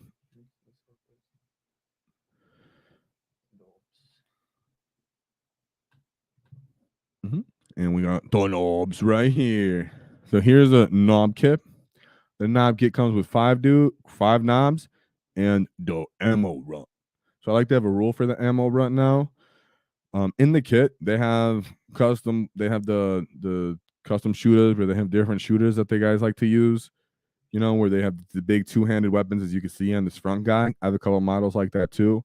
The rules have never been good for that, to be honest. So unless you're really going to run and you have a bunch of them in your model, don't run that. Just run them with weapons, no offense. But if you're playing casually, roll them however you want. And then if you really feel like you need them, just say they all have the same weapons and your friends won't care. Come on, we're all friends here. Let's have fun. So as for the kits, I like them, right? I used to not understand because I was like, boys are boys. These guys look like a bigger boys. They actually have really cool poses. They are actually bigger. They really are thicker than boys. They got it all. Could they use an update? Sure, but they're not really an old kit like that either. But could you imagine these guys getting an update like the boys did when they already look pretty decent? Well, they got an update equivalent to, well, I suppose that'd be a different unit, but what I really like about the Beastnagga Boys, they just got more style. They look more ferocious, more menacing, lustful for fighting. If they could do something like that, just small little tweaks to this these models, I'd be very happy with them. That makes sense. But yeah, we can go down from here. We can move on to Mega Nubs. Yeah, we can go through this a little faster. We're going a little slow first. Sorry about it. Waaagh or nah? Waaagh. I really like those guys. They can get an update, but I still like them overall. They look like you want. They are bigger as models. They have more cooler torsos and stuff, trinkets they put together. What the heck is that? Sorry, I just had to say it, guys. Yeah, we're gonna look at the Mega Nubs. Yeah, the Mega Nubs. The Mega Nubs are the guys behind the Big Mac, but yeah, those two, they all look like that. Mega Nubs, they're not even an old kit, guys, to be honest. They're really, I mean, I guess it's all relative, right? They're not that old. They're not as old as other kits could be. They're not new either. I'm gonna go out and just say they're lacking for me. They really are. Really blocky, stuck looking like this. I've seen a lot of really cool dynamic 3D printed ones.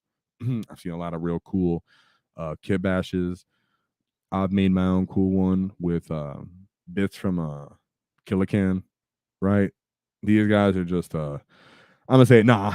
And that's how they look.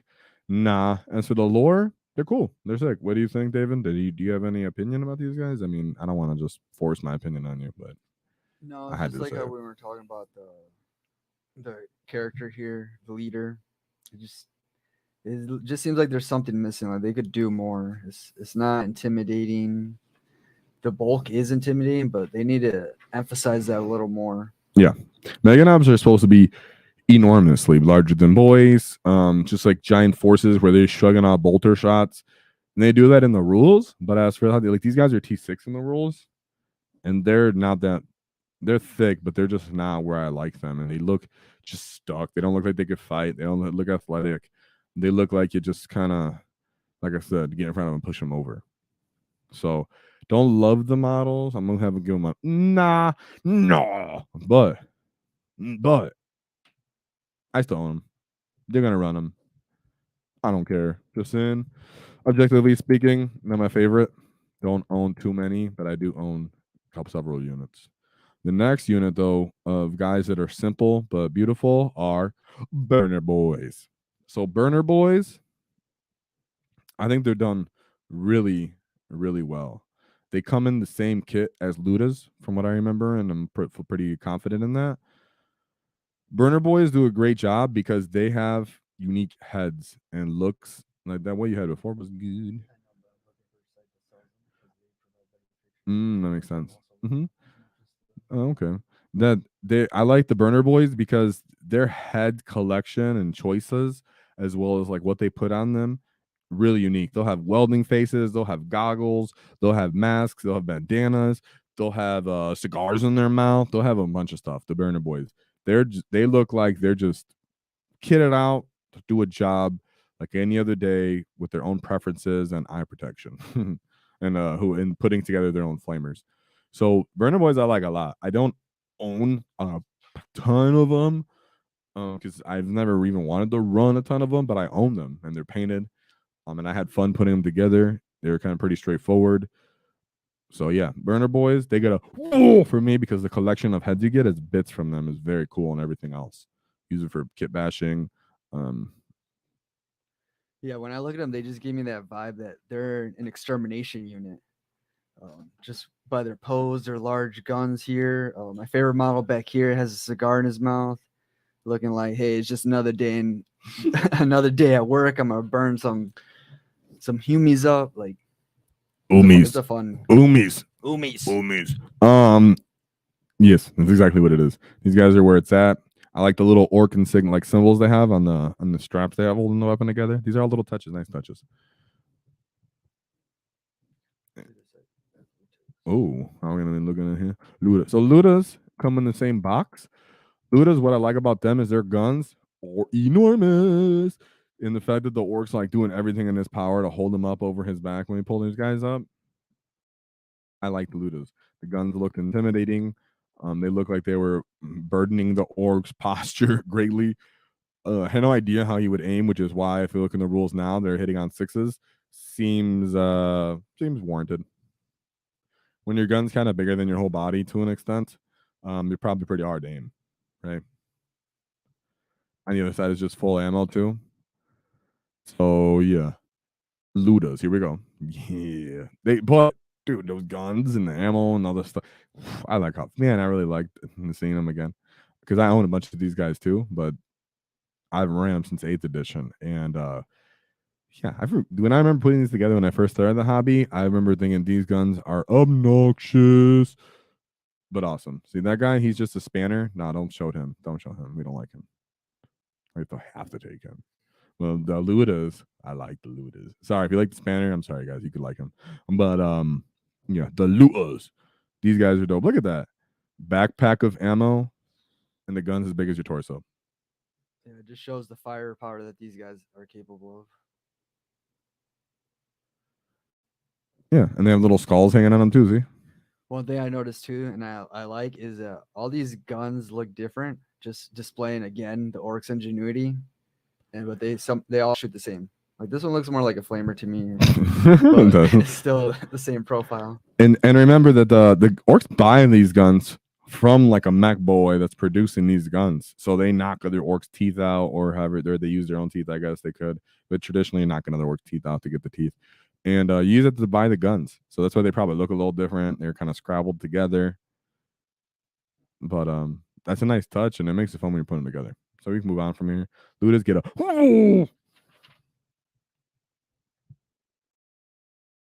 And we got the tank busters. So these guys are actually a resin kit. Yeah. These guys show their age. You can just leave it like that because I don't want. Okay, I was gonna say because we don't.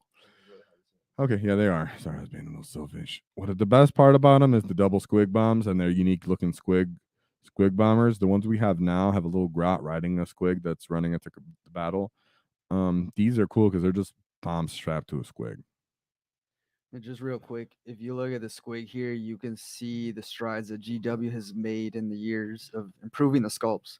Like this one looks menacing, but it's like your typical like menacing growling squig here. And the other ones show more emotion or add more depth to the characters. The one in the back does have a bomb in his mouth, though, so it's pretty dope. That is dope. Yeah. As for the models themselves, they show their age. They're pretty small, pretty clustered. Look at that Ork's detail with his hammer. He looks a little weird. The one on the left with the hammer, holding the hammer, he looks a little weird. Even the knob does look a little weird. Where he's how they're postured, the fact that one's holding pistol, one's holding a hammer. They're all types of mix match. The resin. These guys get a no from me. Hate to be the hater right now, but it's just true. I own them though. I own them. What's up?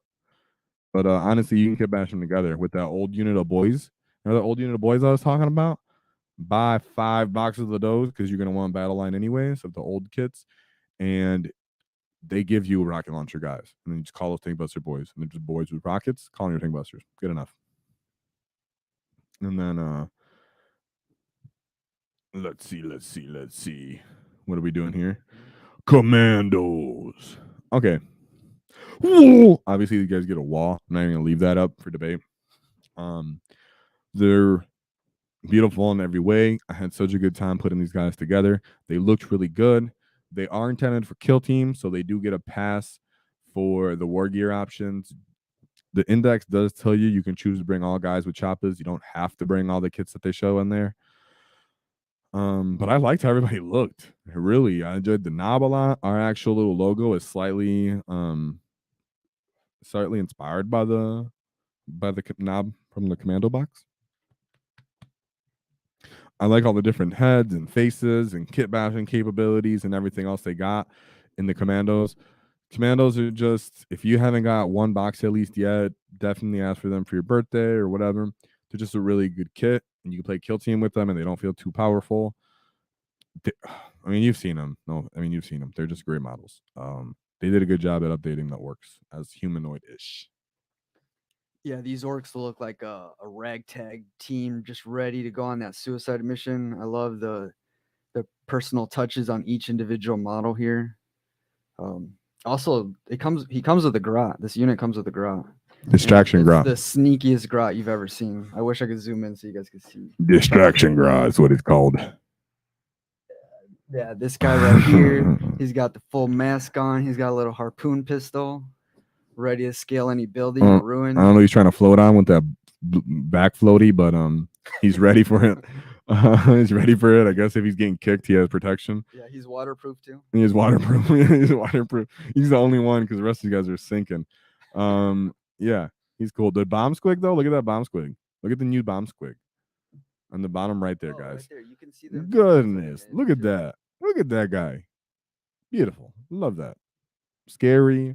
Bomb still in his mouth. They didn't leave that out for me. Yeah. Also, on these Deathcore Krieg models, they're cool too. They're all right too, but they're more fun to kill and they're really annoying to build. So don't build them. Play orks. So is it a wah or not for you? I said there was. So I'm gonna say woo again. Just say it again because they're that cool. Not too loud, guys. If we walk too much or too loud, say that in the comments too. Don't just hate us. Tell us, let us know. I'm trying to withhold some of my walls, not to be too loud. So, okay, guys. Remember we talked about how Wortsnagga looks significantly different than another run herder, and how it was super obvious. Look at this guy, dude. Wortsnagga looks like he'd beat up a whole squad of these guys. Okay. That guy got a fat belly. He's still a knob. Don't get it twisted. Run herders are knobs. They're not to be trifled with. They are T5. They're 2 wounds a pop, even in the index. Knobs are not just nothing. All right. I mean, run herders are not nothing. They are knobs. They're not just some boy that eats grots all the day. He's a knob that eats grots all day. As for the kit itself, this is literally, guys, the first kit I bought alongside 1 unit of Ork boys. And then I played kill team with them, and I used a couple Gretchen, and I made the Gretchen my leader when you could do that back in the day. And I hid him behind a little rock, and no one could kill my leader. It was fantastic. The models, I had fun painting these when I didn't know how to paint, and they're so small. If you ever get these guys, here's what I suggest. Prime them black, and then paint their skin. Boom. Because the actual drab and everything, I have gone through and I painted like 20 where you can see their belt buckle, you can see all the cool stuff. No one has ever noticed or ever cared. And sometimes when I put it away, I'm like, that was fine painting that belt buckle. took way too long. So don't do that. Just prime them black and then just paint their skin. You'll be fine. I remember that night for me clearly when you were painting those. That was my first real introduction to Warhammer. I had peripherally known about it, but that's the first time I actually got like a model in my hand. And yeah, you were spending so much time on that little grot. That was funny. Yeah, it was good practice though. It was hilarious that I did all that.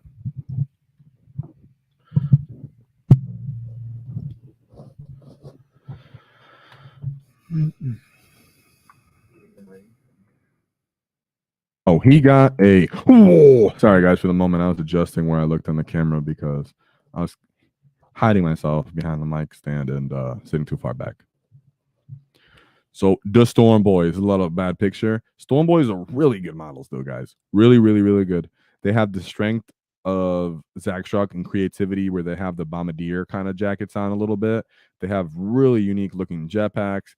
They're actually usually kitted out with a little bit more like armor plating and weird stuff on them because they want to be more distinct. They have grots sticking out of parts of their jetpacks, like that.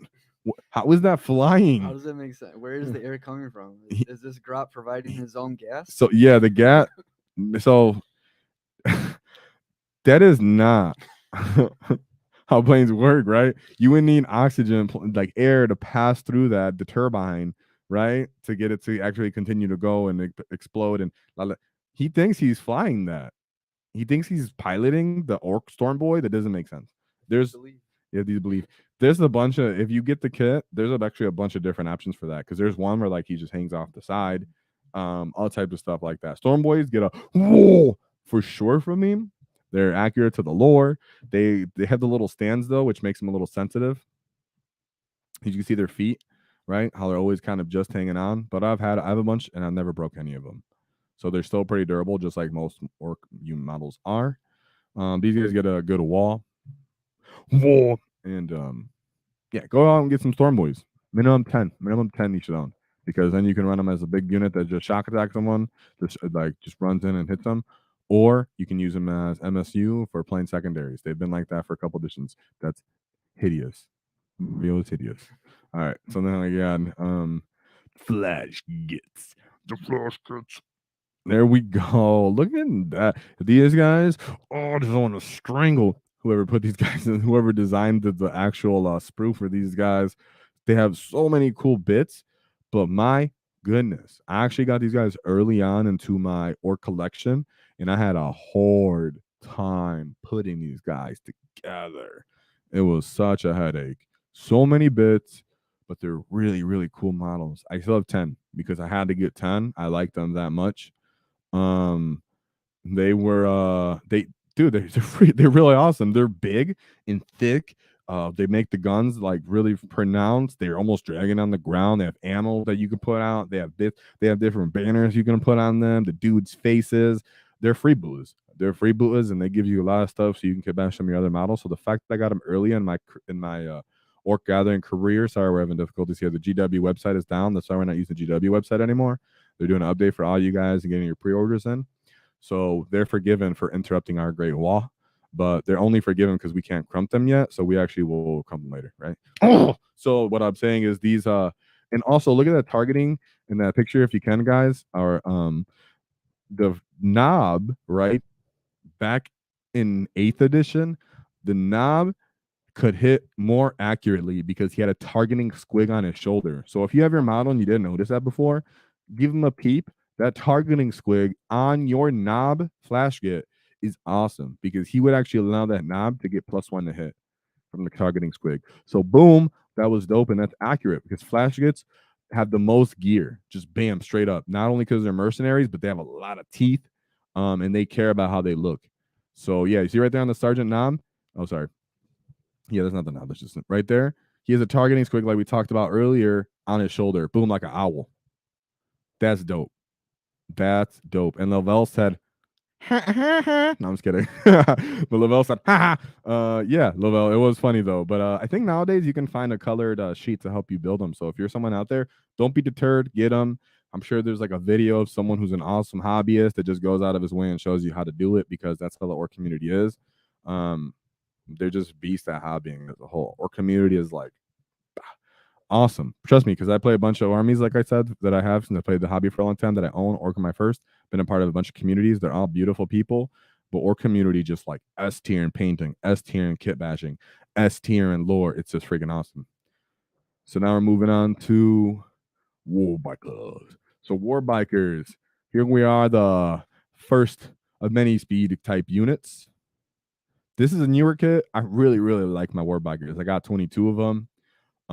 They got the double big DACA, big shooter guns. I like how some dudes have pipes. They have like the most dorky like weapons you would ever imagine for the 40k universe. Could you imagine fighting a space marine with a pipe, like a lead pipe and a spike?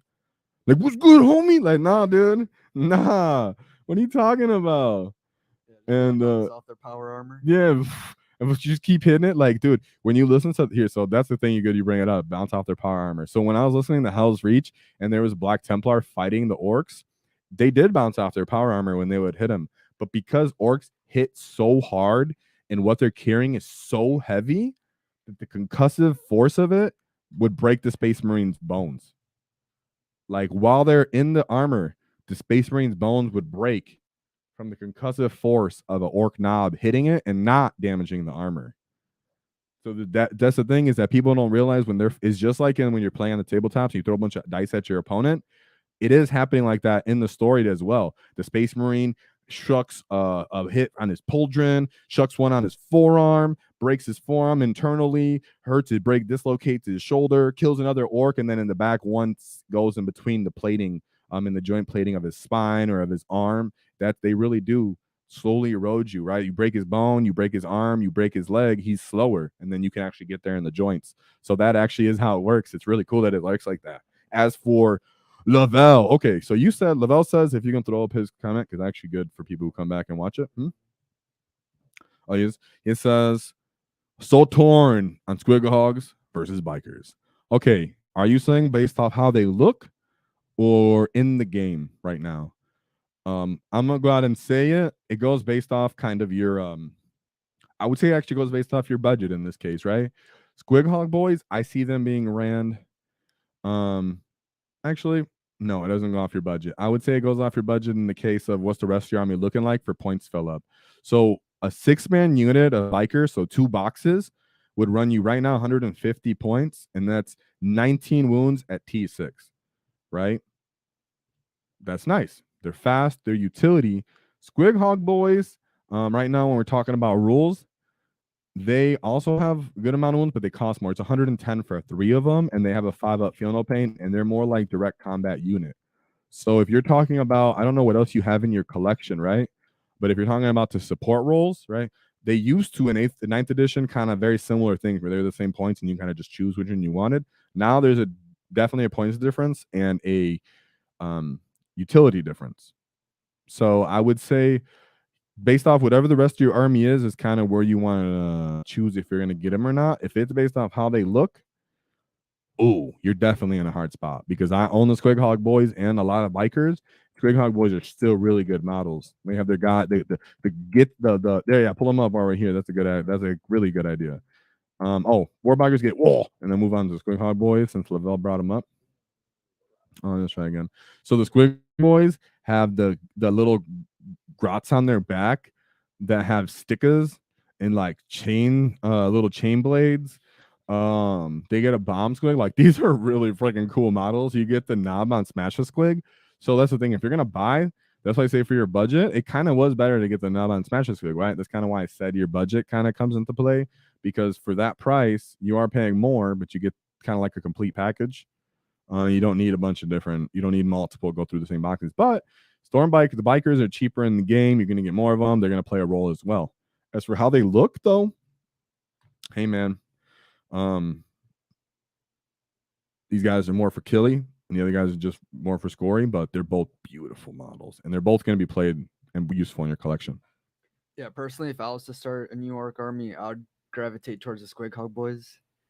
Dude, look at this Grot model right here. Another fun example of GW just adding that Bomb extra squig. fluff to these models. He's on one wheel. The squig on one wheel. Yeah. With the Grot no right legs, here. no leg. Just running there like, with his tongue out. I think he has a nail as his He weapon. totally, and here, hold on, guys. That's a runt. Just so David knows, Yeah, right? So there's a orc, a grot, and then a runt. A runt is even smaller than a grot, but it's very similar to a grot. See, that's a grot on the back. That grot is significantly bigger than the squig, and he's riding the squig, and he has a nail in his head. So like, it's hilarious. I'm glad they throw that in there. Know the difference between your little orkoids, as they call themselves, they're greenskins. As we go through this, in the channel, and you're here, you guys, we're gonna talk about the lore.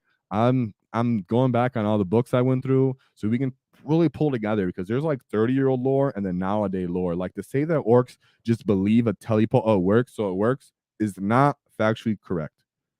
Okay, I don't mean to break your heart. There are some things that are factually correct, like they can make crappy tech work, but when we're talking about how they power like their real war machines, like a teleporter in the Overfiend, I'm not going to spoil the book, but there's a reason their teleporter works, and it's awesome and dark. So like, if you want to know about lore, we can talk about lore. I got you. About strategy. I've competed. We want to talk about kit bashing. I'm not that great, but I have some kit bash models. Anything we talk about, we're here for it. This is not just competitive or just casual. We are all things orc related. We're gonna spread them spores everywhere, and we're gonna reinvigorate this faction, because right now there's a big gap of the modern and the old and the new and the bin, and the old heads of the orc one, the big knobs that are out there, have been outbound for 40 years, 20, 30 years. Those guys have a ton, beautiful armies. I've seen them that they put my collection to shame, right? So those are the people I want to bring in. And then the newer guys like Cammy, where Cammy wants to start orcs and he's never seen like some of the older things, and can actually see how sick and crazy the orc community is, because we're all kind of spread out. Some people are hobbying, some people are playing. We need to all come together and really just show all the other factions that we're kind of the best, because we really are. And Tim, oh, sorry, Lavelle said, exactly. It's the utility difference, especially after seeing your awesome biker spam list. Yeah. Okay. Yes, because that was specifically, you could use trucks and boys on that list as well if you don't have as many bikers, right? But usually when you know people who are running a speed wall, they have a booty load of bikers already, because for multiple editions, you could run 9-man unit of bikers. So that list was spammy, but Matt used to run almost 30 bikers on a list, guys. So the fact that I own 22 was well within means, and I wasn't even spamming them to the max. But it's a yes, that was a biker heavy list. But just, they're so cheap, swap them out for a unit of boys and a truck. Boom, boom. You're still right around the same points. So still feel free to use that list as you build your list, especially if you're mix and matching like Cammy is doing. And speaking of fast units, and thank you for the question, Lavelle. That's a great question, because it really gets us thinking for the other people that are getting into the hobby or making bigger collections. So Deff Copters. So Deff Copters, these used to be just in the Hell's Reach box. I know you guys don't know what that is if you're new. It's just a box that was based off Hell's Reach, and they didn't have them for a long time. And then GW was like, I got you, boys. And they just came out. The big man came out, and he made a bunch of new ones. These look slightly, very, very slightly different, but they're better. They're still better. As you can see, David, if you want to comment, because I see you're eyeballing something. Oh, okay, I was saying that right there in the and the propeller system. I like how on the one in the bottom right, how it has those little gyro orbs that look like it's kind of like energy or something. Each one's slightly different. They have their melee capability. You see they have like blades and hooks in the front of them. The orc on them, you can see they're holding their choppa. Like, I'm flying, but I'll smack you when I get over there. Type thing. Like, oh, dude, like, you know, that's it's funny. And like, at least one of those guys is a pistol though. He's like, hold up, man, I can't really hit you yet. Let me shoot you. Right, with all the rockets these guys have on their helicopters, that's one reason why I'm sad that GW reduced the amount of attacks they got. That's true. Shooting. That's true. The amount of shots. Come on, man! Look at how many rockets he has. Tell me he's only at D3. Because hitting on 5s, even when you have 2D3, you get like one hit anyways. So to limit it to just D3 now was just kind of like, hey guys, come on. The only reason why I really hurt the opponent's feelings was because we had access to +1 to hit through freebooters. Now that we don't have that, you don't got to worry about that. So unless they plan to bring it back, you could have just left their volume as it was. Yeah, I count more than 3 rockets here. What's going on, GW? So got some consistency. So what I will say for people who like them, don't knock them because you like them. Do whatever you want. These guys actually carry a keyword right now where they can actually deep strike, which means they could rapid ingress, right? So that is the one strength. Only them and Storm Boys can do that. That's the one benefit they have. As for the rest, they're T6. They're kind of expensive, 110 for 3. Throughout the editions, though, they've been able to deep strike. So if you want to pick some up, like Cammy, you were saying, if you're going to get that patrol box, yeah, they're not going to be the strongest. But if you're playing casually, if you like the models, put them together. They're really cool looking. They're fun to paint. I painted them. I painted them, and I don't paint that well, and I still enjoy painting them. So as for how they look, they get a straight because they're really good models. It just so happens at this moment they're not great, but you don't know. Codex comes out easily. They get a point update. They get changes to little rules here and there, and they're good. So, and we're back to the GW website. Also, guys, just again, I want to say anybody that's in here or comes up in here later, feel free to talk about anything meta, list, things you like, unit questions. All right, that was us, guys. So, talking about anything that you like in particular and want to discuss Ork related. You could be new, you can be someone getting back into it. We don't care. You can talk bad about us.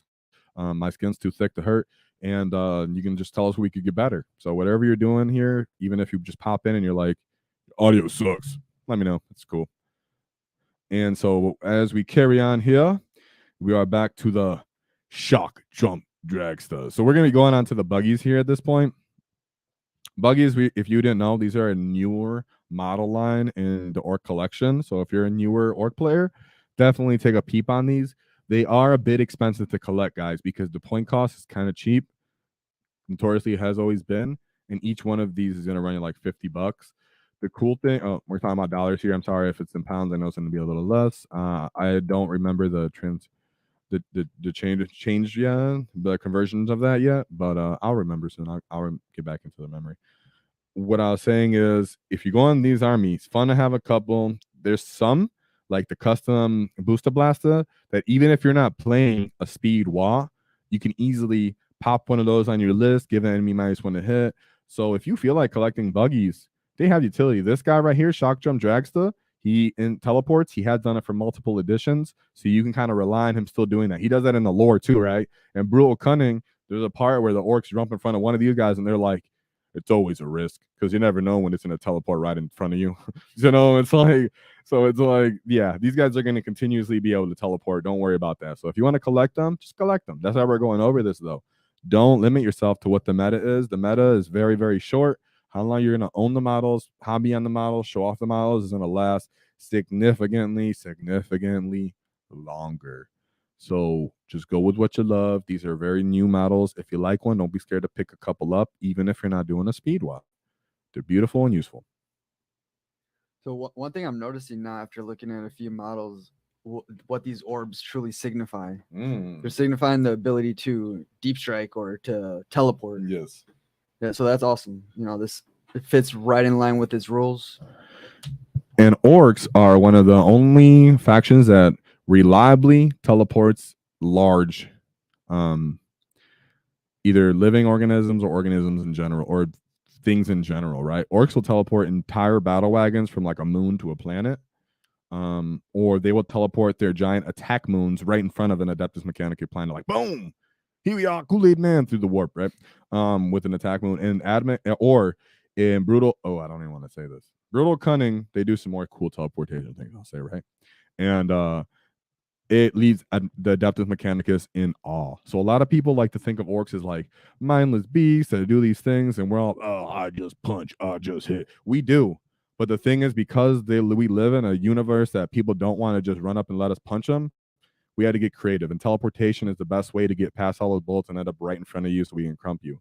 So we do have good control as a faction of teleportation, which really throws the Imperium for a bind, really bothers the AdMech. So this gets a Waaagh. We can probably move on from this. I was just ranting a bit. This is a beautiful model. The shock attack gun's really fun. I think a couple of other these Ork buggies are a little more distinguishable and unique, but that one's really fun because it looks like it's what it's supposed to look like based off its name. So here we go, a custom booster blaster. So I own 3 of these boys. I think they look great. They have the grot sticking out. They have the cool old school funny car look to an extent. They have the big old rivet gun on top, and that ork looks sick. The gun looks sick. I like the spikiness and the fact that the exhausts are flamers. Super fun. Little twist on there and in the rules. And if you look at the back, there's a grot sticking out the back with his pistol too. Yeah, I can barely see As for the model, though, funny card look. I have to give this to whoa because it looks really cool. I mean, it just looks like what you want it to look like as the buggy. What was that one? Is that a different one? Boondocka Snazwagon? That was one too. No, we looked at the custom booster blaster. That's a different than what we just looked at. This is I know my model. That's the custom Boondocka Snazwagon. You can click that too. Nope. Click that real quick. Click this. We can look at it. Don't worry, the buggies are really confusing. So there's the Boondocka Snazwagon. So look at this model. Come on, guys. He has the grot on the front. Like, how abusive is that Mad Max style? Huh? What do you think of that abuse? That's just straight sadism right there. Come on, guys. That's what I mean. Look at that. Oh, the dude's having a. What is this other grot doing though? Shooting the wrong direction. I guess someone's chasing him. He's scared out of his mind. He's just like, I gotta shoot. I gotta do something. Yeah, So I don't end up in front. right. Just so I don't end up in the strap right next to that boy. Yeah, that's horrific. Considering that these guys actually do charge, and most of them have abilities like to do melee and combat with the front of their vehicle. They intend to bash you with their garage. It's so disrespectful. So the guy in the back throwing the Molotov is really sick, and the gun's really sick. Ooh, those are good, nice little pictures. Look at this guy. I mean, he doesn't look scared, but he definitely is. And that guy's having a great time with that Molotov. Ooh. So yeah, really good. These models, they speak for themselves. We don't even got to elaborate too much. We're just showing them off. They speak for themselves. They are beautiful. Even though orcs don't say that, I'm gonna say it. They're beautiful models. And then what's coming up? Megatrack Scrapjet. This is my personal favorite buggy. Megatrack Scrapjet. Boom. So this guy is so he crashed and then he decided I'll just stick some wheels on it and keep going. So he's he's duked out like a storm boy. I like how they have he's a little more low key, right? It looks like he actually thought about his design a little bit with his guns. They're just kind of in the front, not sticking off the side like they're gonna break. You don't need extra people in the vehicle to get all his guns working. Yeah, he's got a World War II fighter pilot, bombardier kind of vibe to him with his attire here. As you mentioned, you can tell he literally just took a plane and added wheels to it. You can see the shape here of the plane here. Yeah, this guy, like I said, he was designed to where he can use his entire buggy in his own disposal, and he doesn't need anything other than one grot in the back shooting that big shooter. So you can't see because we're not using GW website, but in the back there's a grot with the double shooter looking through a little hole right here, and it's so that's really cool. But like I said, he's my favorite, not just because his weapons, the fact that he has the nose drill, it's because he's just one orc, doesn't need a bunch of other orcs on his buggy. One dude getting down, blows some stuff up, going fast, and he has the tracks. So sand and everything's not going to affect them, which I assume a lot of the time, based off the fact that they bomb and crash into the planet, that those tracks are probably handy. He's fun. He's like a super fast gun platform. Melee. After that, we got the Rocket Truck Squig Buggy. So this guy was a menace in 9th edition. Indirect. A lot of people hate him. If your friends had him, you hate him. If you own him, you felt guilty. If you took him to a tournament, you felt like a god. Yeah. So this guy, though, this model is awesome because I own several and I got them fully painted as well. They got this squig mine sitting there. They got squigs in the back because they're loading squigs into their launcher. And then they got grots in the front kind of tripping out and kind of pointing to the orc. This is another buggy where you can see they actually considered the melee potential because they have the blades on the sides of it. So in all, these guys are all like buggies that want to eventually get into combat. Like I'm telling you guys when I talked about the speed wall. So yeah, and obviously really good model. It's more condensed compared to the other buggies. Yeah, it looks like this guy has a really tough job here dealing with all these squigs, having to be the one to stuff them. I'm sure they act all wild and wily. It's just another fun I'm gonna aspect grab of. mine real quick. Yeah, grab yours so we can show it off. But yeah, like you see one back here, one squig. He looks deflated. I don't know even know if he's still alive.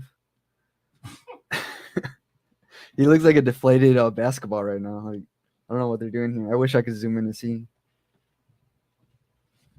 And you can't see, but on the back of this is what the back of it looks like. There's actually, so there's kind of like a hillbilly orc on the back of it. There's kind of I call him a hillbilly orc. He has a sawed-off shotgun, and he's just kind of chilling. And then if you tilt to the front forward, David, you can see the inside of the trunk, so we can see that part. So we can see into the trunk. So that guy that has the gun and he's loading squigs in, there's like a whole like vat or thing in the inside of the trunk that he's pulling those squigs out and just stuffing them in there and shooting them. That's like his ammo crate, just a bunch of living squigs inside the bottom of that. So he's very funny. And like I said, the orc on the back with the sawed-off shotgun is kind of hilarious too. So like he's chilling. Look at him. Dude's not strapped in, belly hanging out. Whatever, man. So this is actually a really fun model, and people gave it a bad name because, you know, they indirected all their friends off the board or all their opposition off the board. But in all, great model. Oh, and obviously that, look at that hobo. The hobo guy has a runt on his shoulder. I don't know if people noticed that. The hobo and the hobo orc has a hillbilly orc has a runt on his shoulder. If you don't know what a hillbilly is, guys, he's and you're not from America, a hillbilly is kind of like someone who lives in nature and kind of enjoys firearms in a rural environment. How about that? It's not even talking bad about him, to be honest. It's just kind of funny, an observation based off his pants. So yeah, that is a rugged truck swig buggy in the back of it. It gets a whoa. It does everything right. It's just what you want from the model. Looks like a hitchhiker to me, or someone that you picked up. At, I don't know what kind of facilities orcs have in their culture, but someone you picked up just looking for a job. He's like, hey, come on, man, help us out. Yeah, we don't have facilities. We just do what we do. We got squig pits. Now we got, what do we got here? The battle wagon. Battle wagon coming up next. I love the battle wagon. I got mine decked out with the Deff killer, with the Deff roller. I got it decked out with the big gun on top. I got it with the lava. My battle wagons are cool. They're the orc equivalent of a land raider. If y'all didn't know, they are very large. They're quite large models. Actually, I should probably get them because here's my Stompa, and I could probably show them off. But yeah, they're really large models. I definitely suggest get one. So I'm just gonna say now. Obviously, I'm gonna give it a wall, but I say get one because as an orc player, you like having these. In the lore, these guys are menacing on the battlefield to see for Space Marines. They hate it, even though they can destroy them with meltas. It's because orcs can make so many of them. So the durability based off the potential damage they put to Space Marines in the lore and the durability they have in the lore is awesome when you have it on the tabletop. And on the tabletop, it is a great distraction Carnifex. In the new edition, you got Oath, so it is going to go down in viability. But it can take 22 units. Good launching platform sometimes. A bit expensive to be nowadays, but I'm just telling you, play casually. You can make it work. But it's a great model to have. Your enemy will notice it. It will want to destroy it. And then with that being said, you put your knobs at the war boss in a truck. And then those guys don't get attacked. The boys that are in here get attacked. And then you get to scalpel out the enemy unit that they use to destroy this with the knobs instead because they didn't get shot. So very nice, very nice. Love it. Get one. Whoa! Definitely get a double wall on that. And we got the kill rig / hunter rig. This guy's new. I own one of these as well. Very cool model. It's a nice addition. Instead of there being just a battle wagon, there's something else that's big and take fire, distract the enemy, take units out the field, launching platform. It's a multi-phase model. It always has been since it's come out. It does psychic. It shoots a little bit. It fights a little bit. It transports a little bit. For a collection, it's great to have. I don't have 3. I have 1. So like a lot of people got 3 because it came out and it was competitive. I tend to not just run right into that unless I'm really doing competitive play at that exact moment. So I don't saturate my collection with the same model too much unless I'm in love with it. So yeah, I could definitely see having 2 of these though, if you really like playing into snake bites. 3 maybe a bit much, but having at least 1 will always make you happy to look at, to throw your beast boys in. As for the meta right now, in my tier list, I did place them a little high. Forgive me. I was a little too excited. I would drop them more into like a CD tier, but they really are fun, beautiful models to have. I still suggest having them. And the Werboy comes with them. So the Werboy you can't actually buy by yourself. You get them in this. So you get a nice little character on the side. Say that you don't want to buy the Weird Boy because he's resin and you're playing casually. You get this guy. You get a psyker. You can just use as a Weird Boy. You don't have to overthink it. He's actually a psyker, so it's not like you're lying to anybody. He's just not the Weird Boy, and that's okay because, like we said, the Weird Boy is an old model resin kit, and we're talking about casual play doing that. We're talking about competitive play, of course. Try your best to stick to the exact models. That way, you don't confuse your enemy. And yeah, so it's okay. Weird Boy's dope. And then he's cool looking. But Kill Rig, I'm gonna give it a whoa because finally more squigs in 40k. That's what we want to see. That's all we want. That's all we're missing. More squigs. More squigs. I want to see more squigs. I want to see a squig off with a chainsaw. I'm just kidding. All right. So from here, we're moving on to the humble truck. The humble truck. So let me see if we can right there. If y'all seen the truck, I think it's quick you pull that up because a lot of people they don't have the all the stuff you would put on the side of a truck anymore because it used to be kind of you get the kit and you have doors on it, you have a wrecking ball on it, you have guns on it, you have ramps so your boys can get off. A lot of people sometimes just have it skeleton where they just do the frame, the chassis of it. That way they can actually put orc models easily on it. And because that stuff would kind of get in the way and make it break, there you go, like on the front of that picture, there's a wrecking ball.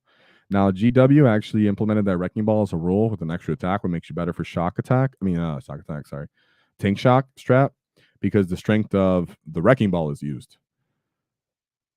So yeah, always get one of these or 3 of these in your collection. Not terribly expensive models, points wise or monetarily wise, but they're always, for the last couple editions, have been in place for you to deliver your boys quickly, keep your boys safe on the mobile platform. They've always had the firing deck ability for open top, at least since 8th edition. So trucks are just great. So, like I said, orcs are an expensive army. So having a lot of them is going to be a thing. But having 1, you're not going to be sad. Having 2, you're going to feel much better because the enemy's going to definitely try to kill that 1. And they're not that durable. Never have been. So, orc truck, whoa, they did a great job. It looks just like you want it to look. Now we're moving on to the Deff Dread. Ooh, look at that. That looks like exactly like the Dawn of War model. The fact that it has faces of Gork or Mork on the face of them is really, really cool. That it's such a big old head with big tusks. The arms are really sick. That it's a 4-arm creature thing. It's like on the boundary between just terrifying and actual useful carnage.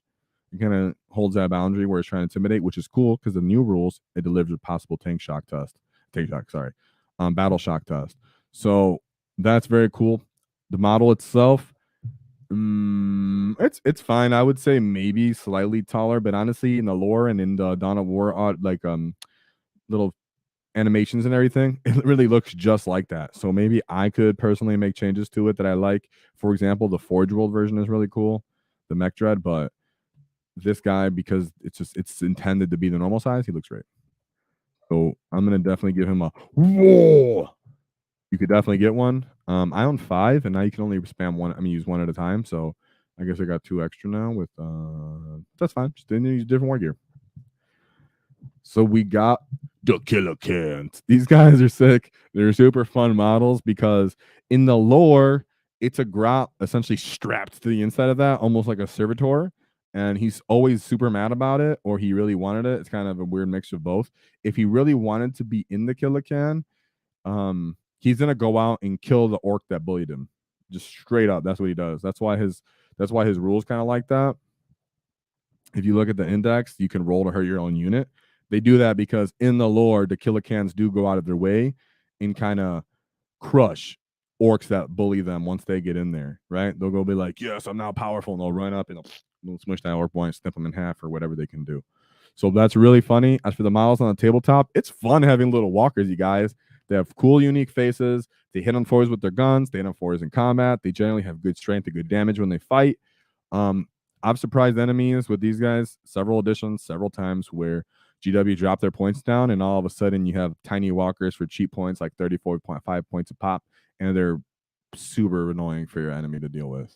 At the moment, they're about 150 points. I wouldn't say they're bad. I would say use them if you want. They're not going to win you the game or really carry the game on their back. They're really slow, and they don't do anything particular, but I love them. I have 6 that I use quite often when I use, and they're painted up and they're beautiful. I never regret busting them out or having them fully painted. So, David? Yeah, the design of these look hilarious to me. They literally look like orcs found some cans and just stuck some mechanical arms. They to look them hilarious to me. legs, like, I'm like, this is awesome, and they look hilarious to me. It's fine, guys. That's how everybody feels about it. I wasn't born an orc. They look sick to me, guys. Okay. Yeah. Let's see. We got the Mek Guns.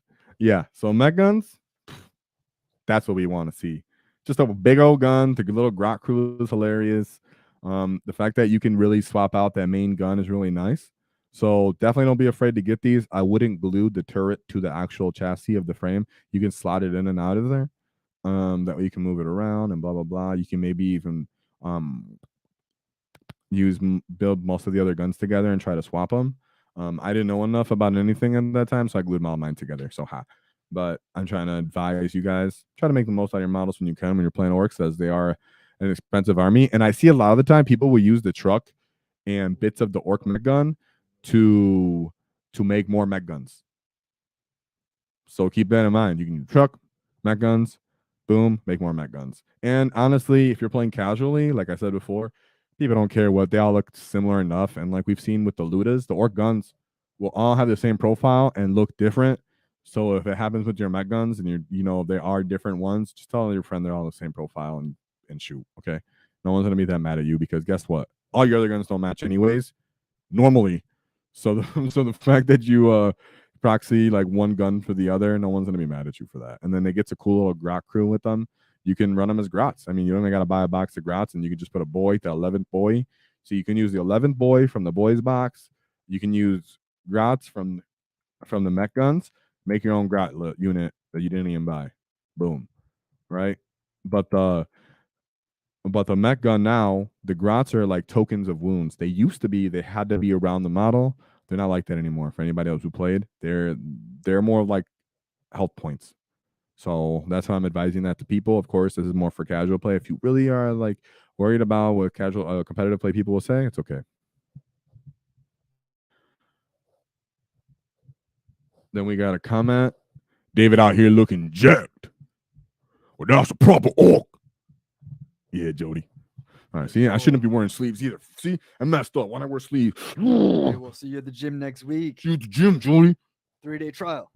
So then, let's see. We got the Gorkanaut. All right, this guy, sick old model. He looks great. I got my Morkanaut getting painted. I can show him eventually. You guys are gonna love him. And I love this model. So I'm a fan of the walkers. At first, you're like, why does he have the obnoxious belly? It's because he's a transport. So that makes sense, right?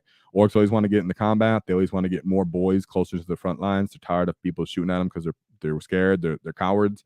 So they always try to stick some boys into any mechanical, thing they have. That way they can get to the front line more. All right. So as for this guy, there's Gork and there's Mork. Gork is more for brutal, and Mork is more for cunning, right? Brutal but cunning but brutal. So this guy is the brutal but cunning aspect. Okay. As for the model, it gets a straight wall. The big gun, the kind of Gatling gun is freaking sick. Straightforward on this guy, the rockets, everything like that. If you get the rocker model, the Ork rocker with the guitar, put him on there too. Okay, that makes it even cooler. Promise. What's this? And then we have the Morkanaut. So I like this picture, just have him, but those tusks coming out the belly, I really like those. His gyro kind of eye and the teleporter on front on the top, I really like those. If I have to pick between the Gorkanaut and the Morkanaut, I've said several times I'm slightly in favor of the Morkanaut. Most people don't agree with me. That's fine. Don't fight me about it. But it's overall they're both really cool. I love running multiple walkers. If you want to have a walker list, you got to have a Morkanaut on your list. Stompa's right here. Obviously, I have my son. He's usually like 700-800 points. GW doesn't want us to spam these, so you get 3 of these guys for like the price of this one of these guys. I'm talking about in the game. So, oh, speaking of, Stompa's next. We're just in the, oh, Stompa. That's how big he is. Yeah, here you go. Stompa, gigantic. GW intentionally doesn't want us to run 3 of these. Some Ork players have. They don't care about their friends, and they just smush them. No, I was kidding. It's always fun when you see the hilarious amount of these guys. I had to get one. I didn't care with the meta. I don't care about if it's going to be used. It could be 100 points. I use it for fun against somebody. I like to put them against bad armies that are not strong in the meta and being like, look, guys, look what I brought. And then people have a good time against them, usually. Or they get ran over by them. So Stompa, as for collection-wise, if you're tight on a budget, if you're just starting, don't get them. You got a lot of other stuff that you can invest in. As you can see, he has his feeties under his big skirt, David, that you can see from the back when you point him up. He has some awesome exhausts. He has Grots working on him all over him. This guy always has a capacity, usually about 22, maybe 30 sometimes in some editions. He has sick melee profile, sick shooting profile, but he hits on 5 in shooting. Most of the time, your enemy's going to go out of their way to try to kill him as soon as possible so the rest of your army can get up the field. As for if you're just a collector, you have to have one. If you're just starting, you don't. Just kind of get it as you can. I've collected orcs for a couple years now. I had a bunch of everything, and then I eventually got my Stompa last year for my birthday. So worth it. Love him. He always just sits right here with me when I'm streaming because he's my boy. He's my first boy. The rest of you lads are my boys as well, but he's my favorite boy, obviously, right here. So Stompa, you don't need him yet. Wait till you're, a knob, and then you get a Stompa. So, or wait till you're a big mech like me. Whoa, but he gets a wall. So now we move on to the big head, boss head, big head, boss bunker. Big head, ball bunker. All right. Big head, ball bunker. So, what there is if people don't know, there's something called a gargant. So a gargant is bigger than a Stompa, and GW doesn't make them anymore. But what they did is they decided we'll make just the head to act as a fortress. But that signifies kind of how big that thing is, where his whole head is just a fortress for orcs to mount and be inside. So they couldn't make it an even bigger like model than a Stompa. But in lore, they do have stuff that's bigger than most Imperial Knight models, and that's why they decided to bust this out probably as well. Very fun looking. I wish it like I said, if you own one of these, I love you as a person. I love you even more as an orc. I actually don't own one of these. I own a lot of things. I don't own one of these. They look really cool, but I just don't have it in my heart to like put it together in the time and everything. If I just had one and it was painted, I'd bust them out once in a while, but it's just everything getting up to that point I don't do.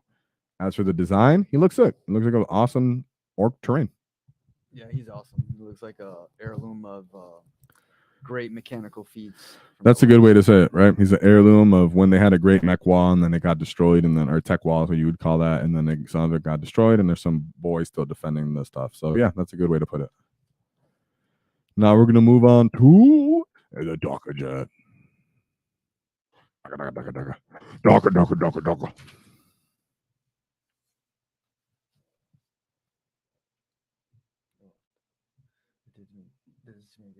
It's okay. We're just going on. Yeah. They're on the same kit. Okay. That's how I was saying. It's okay. Yeah. So now we're moving into the Flyers. So if you didn't know, they all come in one box. Very nice, very useful, good for kit bashing. I own 4 planes. One Waz Boom Blaster Jet, one Docker Jet, or 2 Docker Jets, and 1 burner bomber. So yeah, I like planes. I also own 3 Valkyries and an all Scions army. So I just like how Flyer and a Harpy. I like Flyers look, even though, like I said, it's okay that they're not strong for the game. I think it's more healthy for them to be strong in the game, but people still want to have them and such. They're sick. So the Ork burner bomber, you can see it, literally that front is the majority difference between these guys. That's why he zoomed in. So the burner bomber has an old kind of fashion. It has the top guy shooting gunner. This guy traditionally drops bombs and does mortal wounds. He looks sick. He's more like a flamer one. The next one is just about a bunch of Doc guns. You get a bunch of guns on the front, on all the wings, but he's still roughly about the same size as every other one. The Blitzabama, he has different, a little bit more upgrades, a little bit more mechanical stuff. The Blitzabama, but he's very similar to the other three. He just gets different exhaust and stuff. The real one that's different to all of them is this one, the Waaagh Boom Blaster Jet. Now, this one is actually what Captain Badrook flies into combat. So Captain Badrook owns one of these. In Brutal but Cunning, they talk about how he uses one of these to shoot the Admech. I own one of these. They are significantly bigger than the other Ork planes. You can distinguish them easily. They're freaking cool. They're really cool. They have a lot of guns on them. That's how they're playable, is because they have a crazy amount of guns. But as for GW, what they've done, you know, they don't really want people to spam and kill all their friends with this. For how the model looks, I mean, the Waaagh Boom Blaster one looks significantly better than all the other planes, in my opinion. So I definitely suggest, if you want bits, even if you don't plan on playing with too many planes, and you want a plane just to have one because you like to have one of everything in your collection, you won't regret it, because it's a really big, thick, heavy box, and you'll get a lot of bits on it. So go right ahead. And then we go to the Ork Mech Boy Workshop. What can I say other than, okay. Kind of left me there. I own one, you know, it's just, I own one because I got problems. It's not because I'm in love with the model. I thought it would have a little bit more servability when I got it, and it doesn't, and that's fine. I still like that I have it. It looks cool on my shelf. Don't recommend buying it. Don't worry about it. As for what it is, it's probably one of the more boring kind of fortress type terrain pieces. That's why I'm kind of glad they came out with the big head boss bunker, but it's one of those things that, like, you don't have to own it. Go own just more buggies or something. Yeah, it would be a good piece to add to diorama if you're one of those people that make those dioramas with the models. Otherwise, yeah, like you said, it doesn't serve much purpose after that. At least not in the game. So at this point, we're gonna, you know, settle the score here and drop all the. We're done with the Ork models line. We went through all of them. That besides the Forge World one, you know, they came around. We're not going to go through them. We're kind of going through just like the index. We appreciate you being here with us. We had fun kind of thinking about this and going through it, looking at all Ork models. Hopefully some newer players can see it. If you were a more experienced Ork player, you heard of Ork, hopefully we at least gave you some food for thought, or at least got to talk about some lore, make you laugh a little bit while you hobby, put your Leviathan box together, put your Commandos together, whatever it may be. If there's any advice you want to give us, go ahead. As we conclude this exhilarating adventure of the Ork range, you know, we're reflecting on the fact that we've had fun getting to even this little point with you guys, over 100 subs and people who have come help us. So if you joined in on even this simple stream of just discussing models, you're greatly appreciated. You know, anybody that's been out here talking to us, any of the other streams, maybe you couldn't make it, it's a Friday night, no problem at all. We just don't hope this is too boring for you. I know it's kind of long, but it was kind of in mind knowing that some people are going to be building their Leviathan kits or hobbying. So yeah, not every hobby stream, live stream has to be something consistently competitive, right up in the meta, even though we are going to start diving into that soon, getting those games in, getting those battle report reviews in. And we're going to start having more list writing. So we're going to get into, now that the Forge World released, we're going to do a mech wall list. So I did the speed wall. Now we're going to do a mech wall or a tech wall list, or we're going to include some of the Forge World models, because, you know, Ork players, you can kit bash your own together. You don't have to worry about Forge World. And we can just have fun with the kind of another set of models that aren't necessarily meta right now, that are decent, but people are scared to use, knowing that of the moment exists and so many more powerful anti-vehicle weapons. So we're going to show it out there. We know it's not the most competitive, but that's not the point. The point is to enjoy what we enjoy and talk about things we can play. If you want to know exactly what's meta and being stuff like that, or Art of War will probably come out the video in a couple weeks to really rack all the brain and math hammer around it. but we're gonna just talk about everything in general. I'm gonna fight against Tyranids. I'm gonna use a speed wall. I'm gonna use mech list. I got Space Marines I gotta fight. I got a bunch of different factions that I gotta use my orks to crump on and really figure out the meta. So definitely join us for that with the mech list. Don't forget. Oh, you say something? Yeah, I thought you were wrapping up. Yeah, go ahead. Yeah, thanks guys for joining us tonight. We're live every Wednesday and Fridays at 7:30 Central Time. And yeah, feel free to contribute. We'll talk about whatever you guys want to talk about. We're gonna be your one stop for Ork chat. Yeah, we're coming up even with lore stories that I have in mind, because I've been thinking about Octarius for years, about how they GW just skimmed right over it. Like, yeah, bro, the orks and stuff, they fought and then the orks kind of lost. Like, so everybody's spreading out. What? There was so much room and opportunity there for lore. So if they don't want to explore it, we'll explore it. Okay, we'll write some short stories. We'll get some shorts to end, but we'll also get some slightly longer lore stories. I got them in mind. I'm not letting that go. Okay, my whole collection of orks and Tyranids are based off the Octarius sector. They even look like each other. So don't give up on us. Be sure to give us ideas. Be sure to give us criticism. Our thick is too skinned to be hurt, and we like to fight. So feel free to disagree with us.